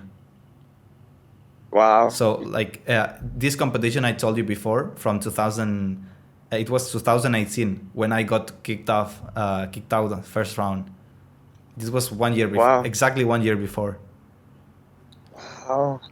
But you guys had so many people there. I think it's because of the turnout. Yeah, it's the turnout. It was the turnout and the professionalism. Like you guys had so many people and things went so seamlessly. And I'm going to explain you why there was that many people. First, because in Barcelona we were doing like little events throughout the year, and then before you guys went on tour. That was like so much fun. The TSL, we went on tour in Spain in 2018, and after that we visited all the cities, organized like little local competitions in the cities, and then we tell them, hey, there's this big competition in Barcelona in March, come here, it's going to be huge. And at the time we didn't know it was going to be that huge. You just tell everyone it's going to be huge and everybody comes, so it's huge because everybody comes. We'll definitely remember that for our future competitions. This is going to be huge, you guys. I mean, we tried to. The turnout was really small, honestly. We had 32 competitors and maybe 100 people in the room total. Mm-hmm. No, but like that's a good amount of people. It is. But I mean, relative to the Barcelona competition. Yeah, like this one was pretty big. You guys had 100 competitors. That was crazy. Yeah. People are the most common question I get asked is how did they go through all those 100 competitors? And I really like that style of like rapid fire. You get 45 seconds apiece, and we give you a score, and then the top 32 go on. Yeah, like that's actually how pretty much all tournaments work in all styles or other styles, popping, hip hop, whatever you can think of. This is how it works usually. Pre-selection, everybody dance, 1 round, 30 seconds, 45, 1 minute, whatever is stipulated in the format. Judges rank, and then you at the ranks and the top 32 or top 16, because it's not always 32. We like to do 32 because then more people get the opportunity to battle. But most tournaments, they are like top 16. And if there's 100, 84 are going home. right after that. Wow. Wow. So even I though mean, in that 64 would competition, be ideal, but that would go on forever. but 100 people, top 32, 68 people going home, 68 without even battling. Yeah. That's I'm crazy. really glad. I'm really glad. I gotta say, all I really wanted was to make it through pre-selection when I came out there. I knew that the odds were stacked against me, but if I could just make it through pre-selection, I felt like the trip would have been worth it to come overseas all the way to top 32. Yeah, but there was people from Russia. They didn't go through. Yeah, So and also just Finney. the one guy from Kansas too. There And was a guy who flew out from Kansas, and he didn't make the top 32 either. yeah. And It's how was your experience in that tournament? You talked about before when you just went in that venue and you see all these shufflers dancing in the before the tournament starting. So like, what's your experience when you get to the the sign up table and then you go down the stairs and you go into the venue, and what's this first impression? Well, the first thing that really like stood out to me was Shoofless. He was so kind. He gave me a very, very warm and welcoming hug and was really excited for me to be there. And then after that, he would introduce me to people and they would introduce me to people, and the community was really, really sweet. Like, it was a really welcoming and lovely community. The way that the competition went, the amount of hype that there was in that room was unlike anything I've ever experienced before in my life. To feel people as ecstatic about shuffling as I was, and like, when I go back and I watch the competition, there's something that I see that's very different from our competition that we just had, and that's the way that the crowd is alive. Like, we kind of really sit and watch in silence and clap and nod, but over there it's wild. Like, if you really like somebody's dancing, there's no need to be ashamed of it. Just let it out. Let everybody know, I really like that person. Like, and it adds a really big element to it. Like, when I had my round with Debo and his friends are behind him hyping him up, that was intimidating. That gets in my head, because I'm not just battling him anymore. I'm battling him and this energy of all of his friends. And that definitely, I acknowledge that I choked in my second round. I was thinking about some things that I was not in my head on that one. And it felt like it was a tight, two ties and one vote against me. It was a close one. It was a really close one. And I was happy about it. I was genuinely happy about it. Yeah, because after that, and before the end this of the one, round, you won. They wouldn't let me stop. Yeah, Debo won that round. But as I stood there, acknowledging my defeat, the people that had been standing across from me and being so hype brought me in to their celebration to acknowledge how epic that battle had been. They weren't celebrating his victory. They were celebrating as much as they were celebrating the battle itself. Yeah. And that was something that was so beautiful to have the room acknowledge, like, that was an epic battle. Not just like, oh wow, like, our guy got through, but wow, like, our guy got past someone who's really good, It was a beautiful experience. And I tried to incorporate that. Whenever Kento had a round, I would stand right behind him and get hella hype. But it was kind of weird because it was just me, and I'm like, ugh. Yeah, don't worry. And what I was saying before is that you also won a round. I was not saying Devo won the round. I was saying that you won a round prior the battle versus Devo. Yeah, so I had established myself as a threat. And this thing you told that you were just you hyping. When I went to Russia to battle with Chuflis, and Yeah. we were just, you know, I was hyping him when he was dancing, and he was hyping me when I was dancing. It was like you see everybody, pretty much everybody still, and you see like Shufli's dancing, and me like, come on, Shufli, let's go, blah, blah. And then the other way around, the same. And we were like, you would see like Shufli's doing something crazy, and I'm being like, whoa, that's amazing. And you would see like just me moving and doing like crazy things. But you know, like it's uh, to have the crowd going as it goes in Spain. It's a matter of education, because we've spent so much time explaining people how battles work, how hype is so important, so important, and how You guys encourage it so much. and how important is to hype everyone the same. Like, it's understandable that if your friend is battling, you're going to root for your friend, but the other person needs the hype also. So if this other Absolutely. dancer does something, scream at this dancer, encourage him or her, and like, you know, they need to feel that energy, because if not, this person will say, oh, if I don't have like that much friends, or I don't have any friends here that will hype me, I won't get any energy back. So Right. I'm just not gonna And then go. why would I come back if I don't Yeah, feel respected here? exactly. Yeah, no, absolutely. I root for both sides. I just root for one side a little bit louder.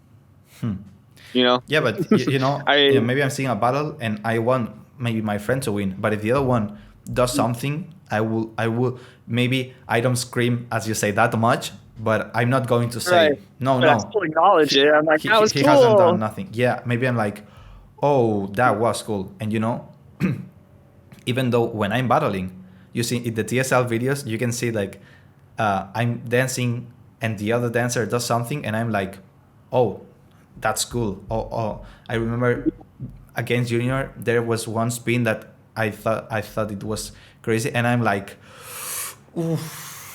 And I'm battling, you know, and I'm like piping there, and I'm like, wow. I I I do that too, because I can't help but get hype when I see other shufflers. You know, I love watching shuffling, and Yeah. even when I'm in a round against somebody, I'm like, wow, that was awesome. Wait, hold on, I'm rooting against myself. But it shows such good sportsmanship to acknowledge that your opponent is talented.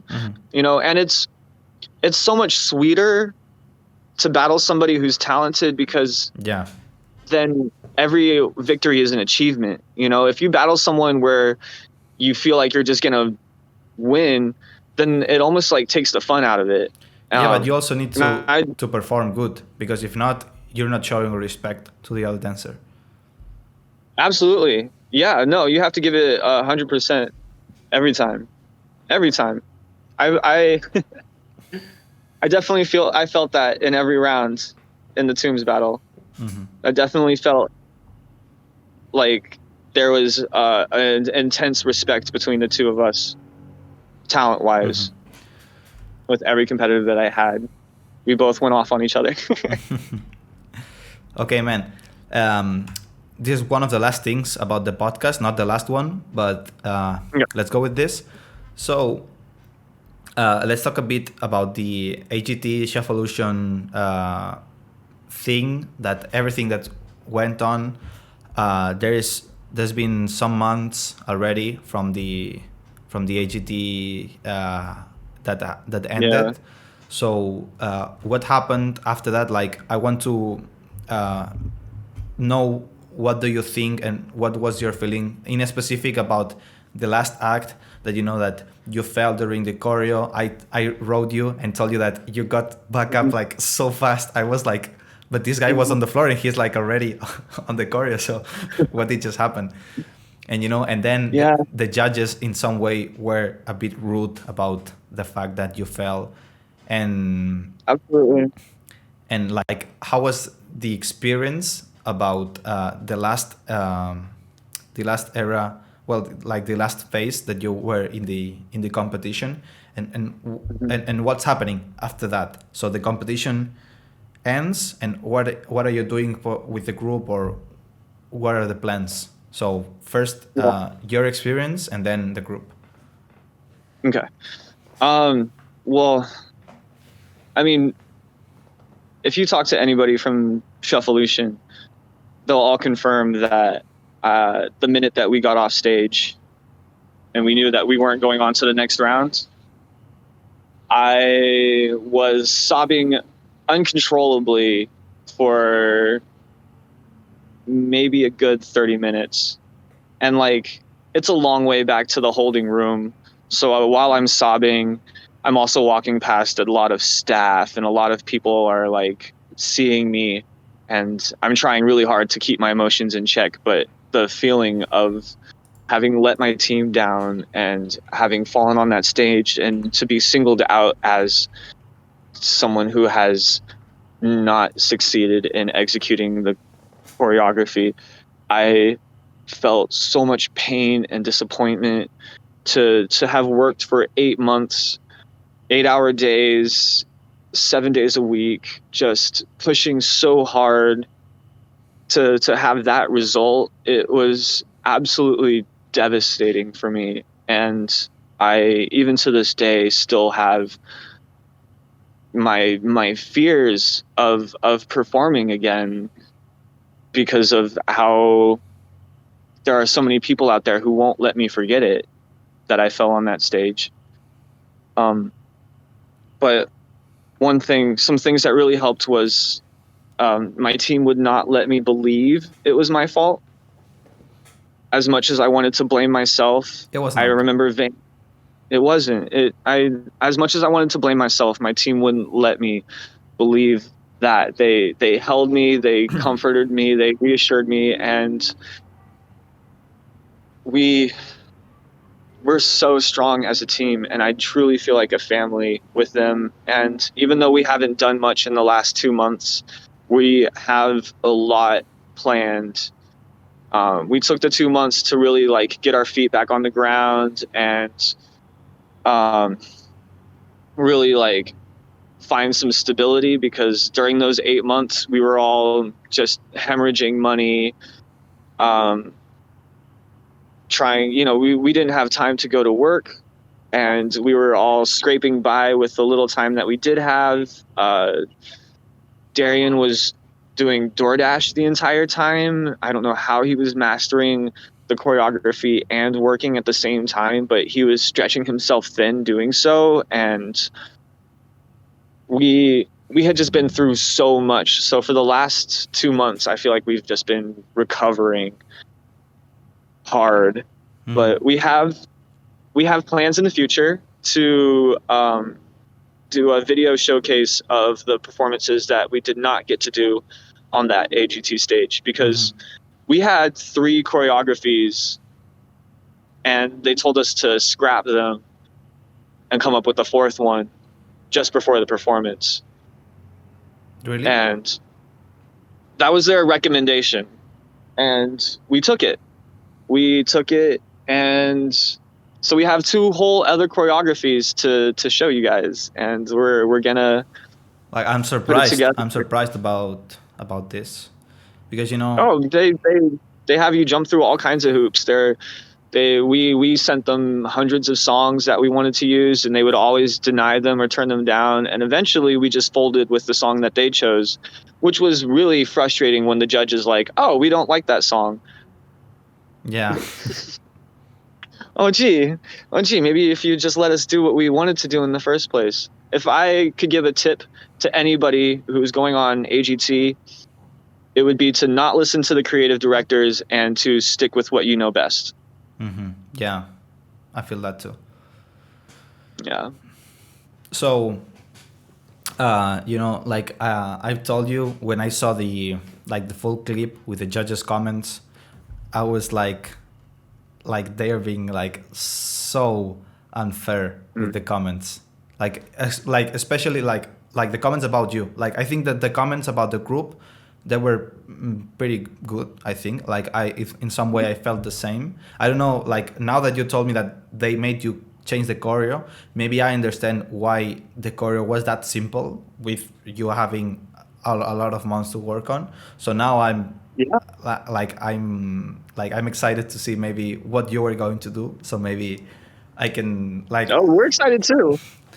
So we worked really hard on those choreographies, and those choreographies hit.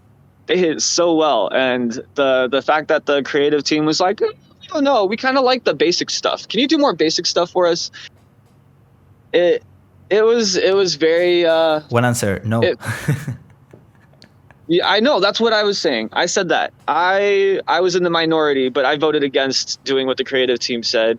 But the argument was that, you know, they've been doing this for a long time. They know what the audience really wants to see, you know, because they're in the industry. Yeah, but they don't know about this discipline.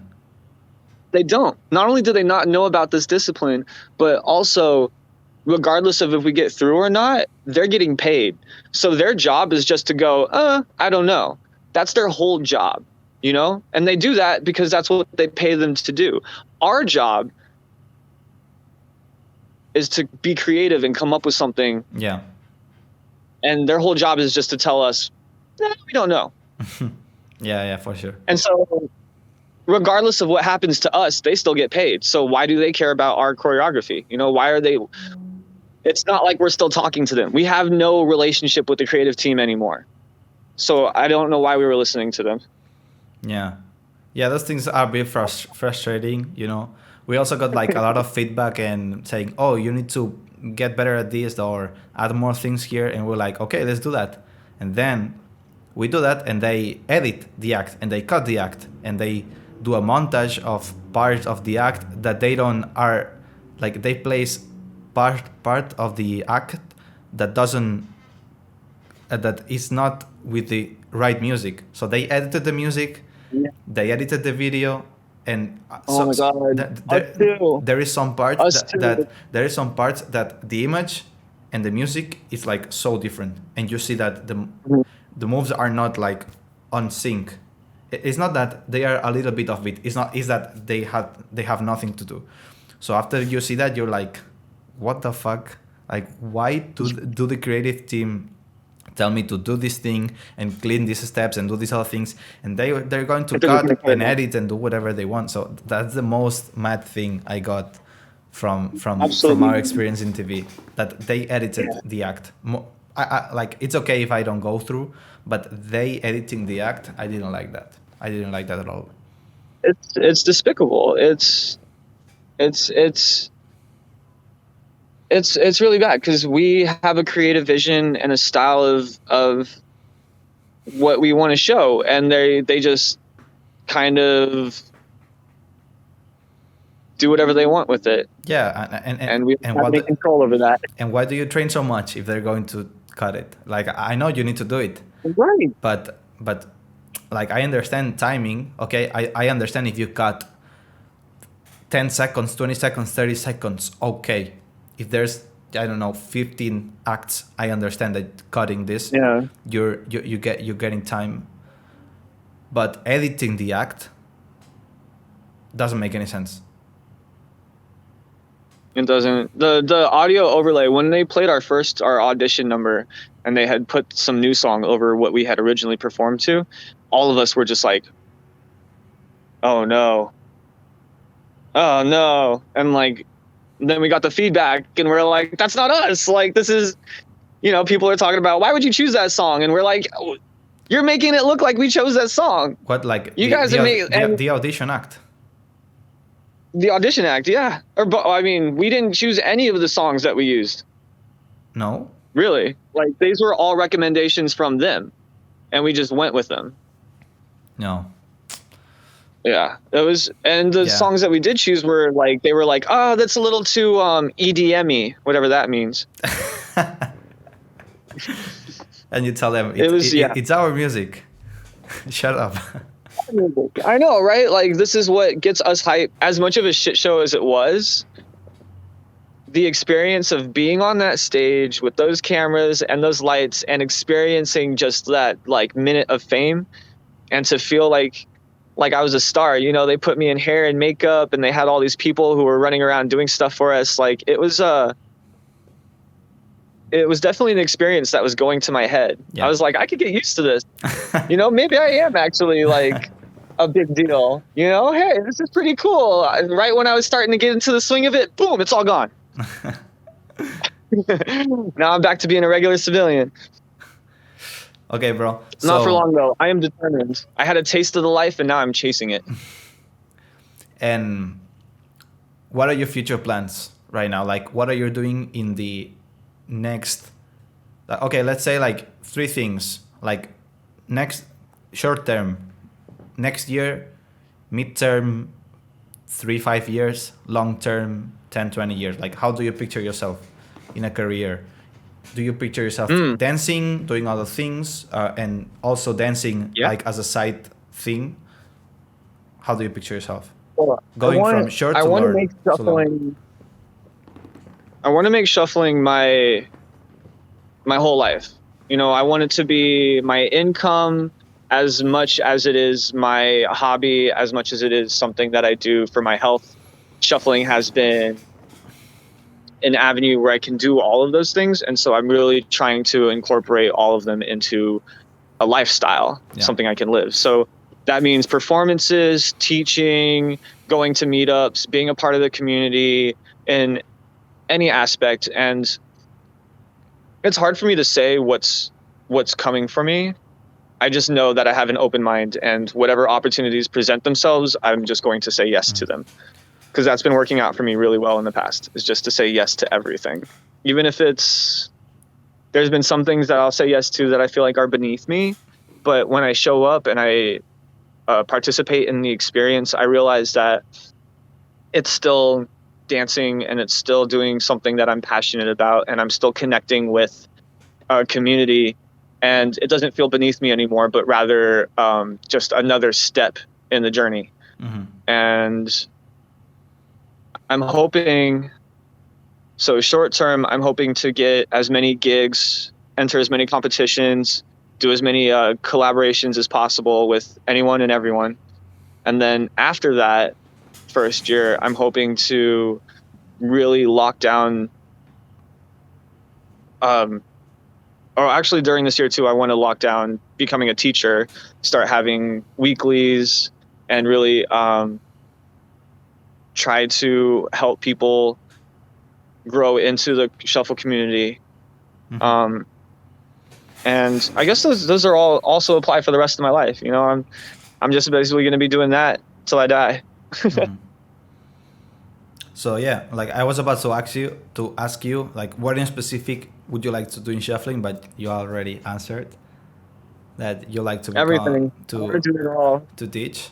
So yeah, that's a really cool thing, and it's ambitious and it's hard, and because I'm on the same path too, and it's heck of a work. It's so many hours and grinding and discipline, and you know, like I working side jobs. Yeah, like right now the difficult thing is that I'm not working on side jobs. I'm just trying to do this, and it's hell hard because I'm not having, like, I'm refusing income from other sources. I'm like same as you said, like you're back to the wall and you have no other option but to succeed. And since I still live with my family, I can try to do that because I'm doing money. I'm not like working for the air. So at some point I'm getting traction, and I'm good. Like I'm like growing on it, but like it requires so many discipline and to normalize a lot of things of your day to day that are very different from what are we used to and from what other people's doing. So really seeing what other people is doing, or people judging you, what are you doing, or like it has nothing to do with it. So I always end up like don't caring about what other people is doing. I just care about what I do. Like I just pay attention to what people that is trying to make a living out of shuffling is doing. Yeah. To see what are they doing, That's all. and try to do. If they're doing this, I want to do this. You know, Yeah. and seeing what are they feedback in terms of how many time and effort are they. Oops, sorry, but I hit the mic. Of time, how many, as I was saying, feedback are they getting from the time they're putting in and the work they're putting in. So it's so different because a day can be a day of yours can be you wake up, you for example you go training, you come back, you edit some videos, you eat, you prepare classes, material, then you teach one classes, two classes, then you edit things or you work on the website, and then you go to sleep, and that's your day. And that's a very different day from a normal person that is like a lot of hours doing exactly the same. And me going dancing and practicing, I take it as part of what I need to do, you know, because you know there's always this thing that people say that dancing is out of love, and you do it if you do it out of love and you pass it to something that is more regular and you kind of feel obligated to do it, you will lose the liking of it. The thing is that you need to find the right way of doing it, because I love dancing. I love it so much, and I obligate myself to go dancing a lot of times. And maybe the difficult part is the moment that you need to go and get out the house and go move to that place and dance there. But once you're dancing, it's like boom, boom, boom, and it's super cool. And at some point, if you want to take it as a profession, you need to push boundaries and set some frequency and some discipline over dancing, and not just dancing for dancing because training, or you want to lab and you want to develop more creative tools, whatever. But you need to throw in a lot of discipline. Absolutely. If you only dance when you feel like it, you won't grow. You have to push yourself to dance when it doesn't feel right. And you might have an entirely unsuccessful training session, in a sense that like you won't feel creative or inspired during the whole thing, but you will at least be training. And it's exercise, and all exercise is good. You know, you exercise, it'll help you for the next time. And no, I agree. You have to have that discipline to put yourself out there. And once you're out there, like you said, and your blood's flowing and the music's going, I mean, dancing is fun. At the end of the day, dancing is fun. Like it's hard and it's a lot of work, but it's fun. Yeah. And I would rather do that kind of hard work than any other, you know, office 9 to 5 or anything like that. And while I live in this kind of bubble of uncertainty, I don't know when my next gig is coming or if I'm going to make rent this month. It's the chaos that I've chosen for myself. I like this style of life because I get to experience almost a movie-like lifestyle. You know, every now and then I'll just stop and look around and be like, wow, like, this is really awesome that I get to be a part of this. And I wouldn't have that opportunity if I was just always in the office all the time. Yeah. Yeah. So I think that having those situations that we are not used to, that most people don't like to be in, but but when you find yourself there, I think that's what makes life interesting. You know, then you have this person that is telling stories and you're like, oh, I would love to have like cool stories to tell. But if you're doing always the same and not trying to break any routine or something that you want to break, like if you're okay with your life, then it's all right. But then you don't need to like if you complain but you don't do nothing about it, then you have a problem. that is like Yeah. you're gonna be frustrated. You're gonna be frustrated.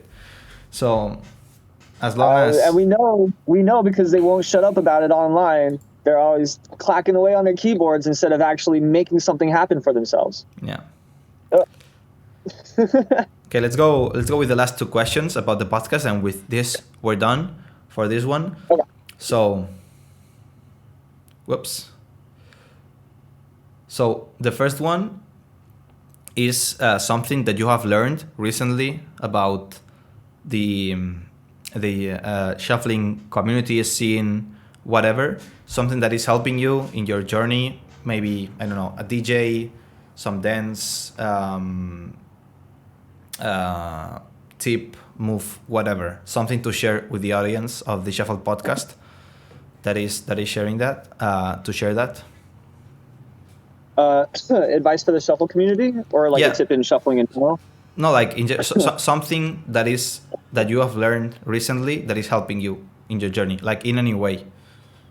Okay, well, right now, I mean, after AGT ended and I've been in that like dark place, I feel like I kind of lost touch with how much opportunity there is out here. Mm-hmm. And something that I feel like I learned recently is that, I met a lot of people who came from out of state to go to that Tombs competition, and then they all had to go back to where they live, and their communities out there are not as strong. We have a huge shuffling community out here in LA, and in order to not take it for granted, I remember how hard others are working to be here. And it's made me really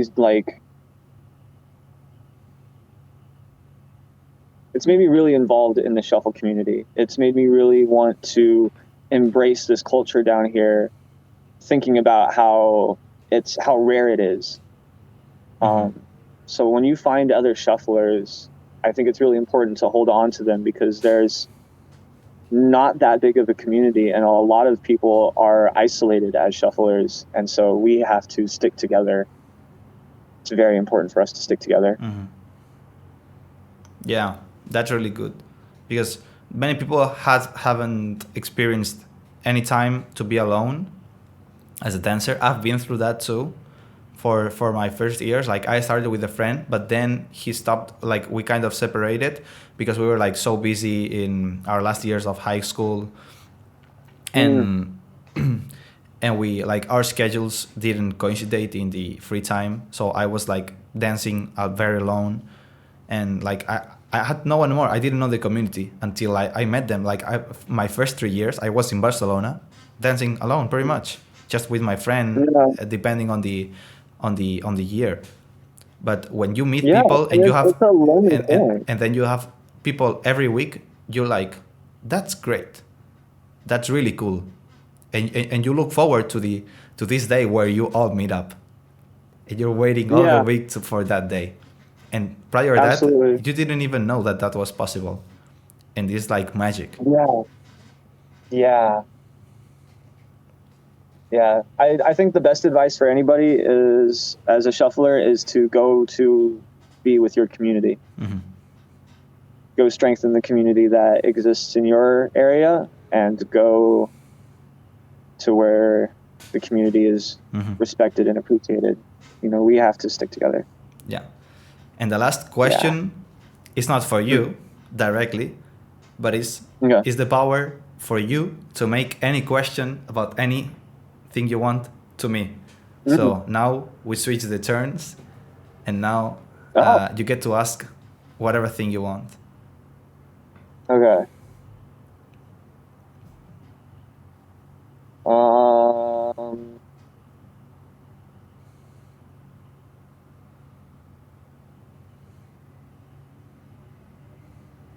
Questions for Marbiik.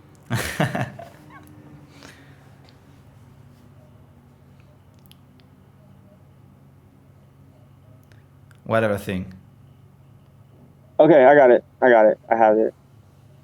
Are you guys going on tour again, and are you hosting auditions? like by auditions, what do you mean? Like, can I come tour with you guys? So the thing with the tours is that we did that under the brand of Shuffle Showcase. I'm no longer in the Shuffle Showcase team. Right. Yeah. So I don't organize like the tours with them. Like I don't know what is in their minds or in their projects now. Like I see the people every week, but like I haven't heard anything about tours. So in tours, I don't know like when will the tours restart. Like oh right, because of you guys have restrictions still. And you guys can't travel. No, but right now it's like from like in 2022 will be like so much free for travel. Like I've been doing research and it's getting like the restrictions are getting quite low compared to what has been this year. Yeah. So I don't know when any kind of tour will happen again. Like I want to do, the thing is that when we were touring, we were working, like we were traveling to the communities, but we were hosting meetups, tournaments, workshops in the cities we were going. So the things that I'm planning for myself is to travel, maybe do like tour that go to different cities, but not to go with intention of hosting competitions and all things. Just travel to be with the people, meet the community, and I plan doing that in the States. I don't know exactly when. Cool. Yeah. But I look forward to. I would like to go to do New York, Miami, Los Angeles. Nice. I would like to do these three cities, and yeah, I don't know if people want to join me on the tour. Like, dude, that sounds amazing. I would be 100% down for that. I'd be open. I met somebody who did that. We just need to talk through that. Yeah. Okay. Cool. No, it's happening. That's happening. I met somebody who she was doing that. She went on like a vacation through the States and went and shuffled with all of her favorite shufflers, and she came out to my little small town of Eureka to shuffle with me. So that was really sweet.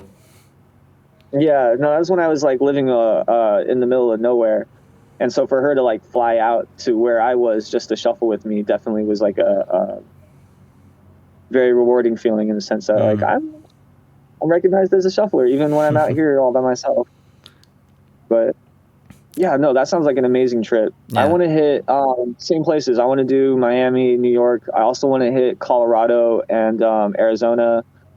Arizona's just a stone's throw away from here, but they got a cool scene down there. Vegas too is another spot that has a good shuffle scene. Yeah, I don't know how long the trip will be. I don't know, maybe I can do it longer. Like it's just planning, set everything up correctly and let's go. But like my plan initially was to be at least 1 month out. So maybe being like 1 week New York, 1 week Miami, 2 weeks LA, because I think there's more room to do things in LA. So but everyone's gonna want to work with you if you come to LA. There's 20 plus shufflers out here who are all down at any point to make a collab video. And I wanted to ask you before, like, how many people active is in the LA community right now? Hundreds. Yeah? Yeah. I mean, there are some who are a lot more frequent than others, but like, there are hundreds of shufflers. I don't know if it's specifically LA. I could have a distorted image, but like, yeah, maybe LA and surroundings, Yeah, well, that's the thing. There's so many shufflers who come from around the area to LA. So, like, this is where the hub is. And so that's why I think it's hundreds, because there's been hundreds at the meetups before. Or, like, we have a group chat for the LA Shuffle Squad, and there's a ton of people in there. Yeah. And there's the whole other community of underground shufflers who I don't even know because they don't come out of the underground. And I need to, obviously, on my end, go out and explore more to get to know them.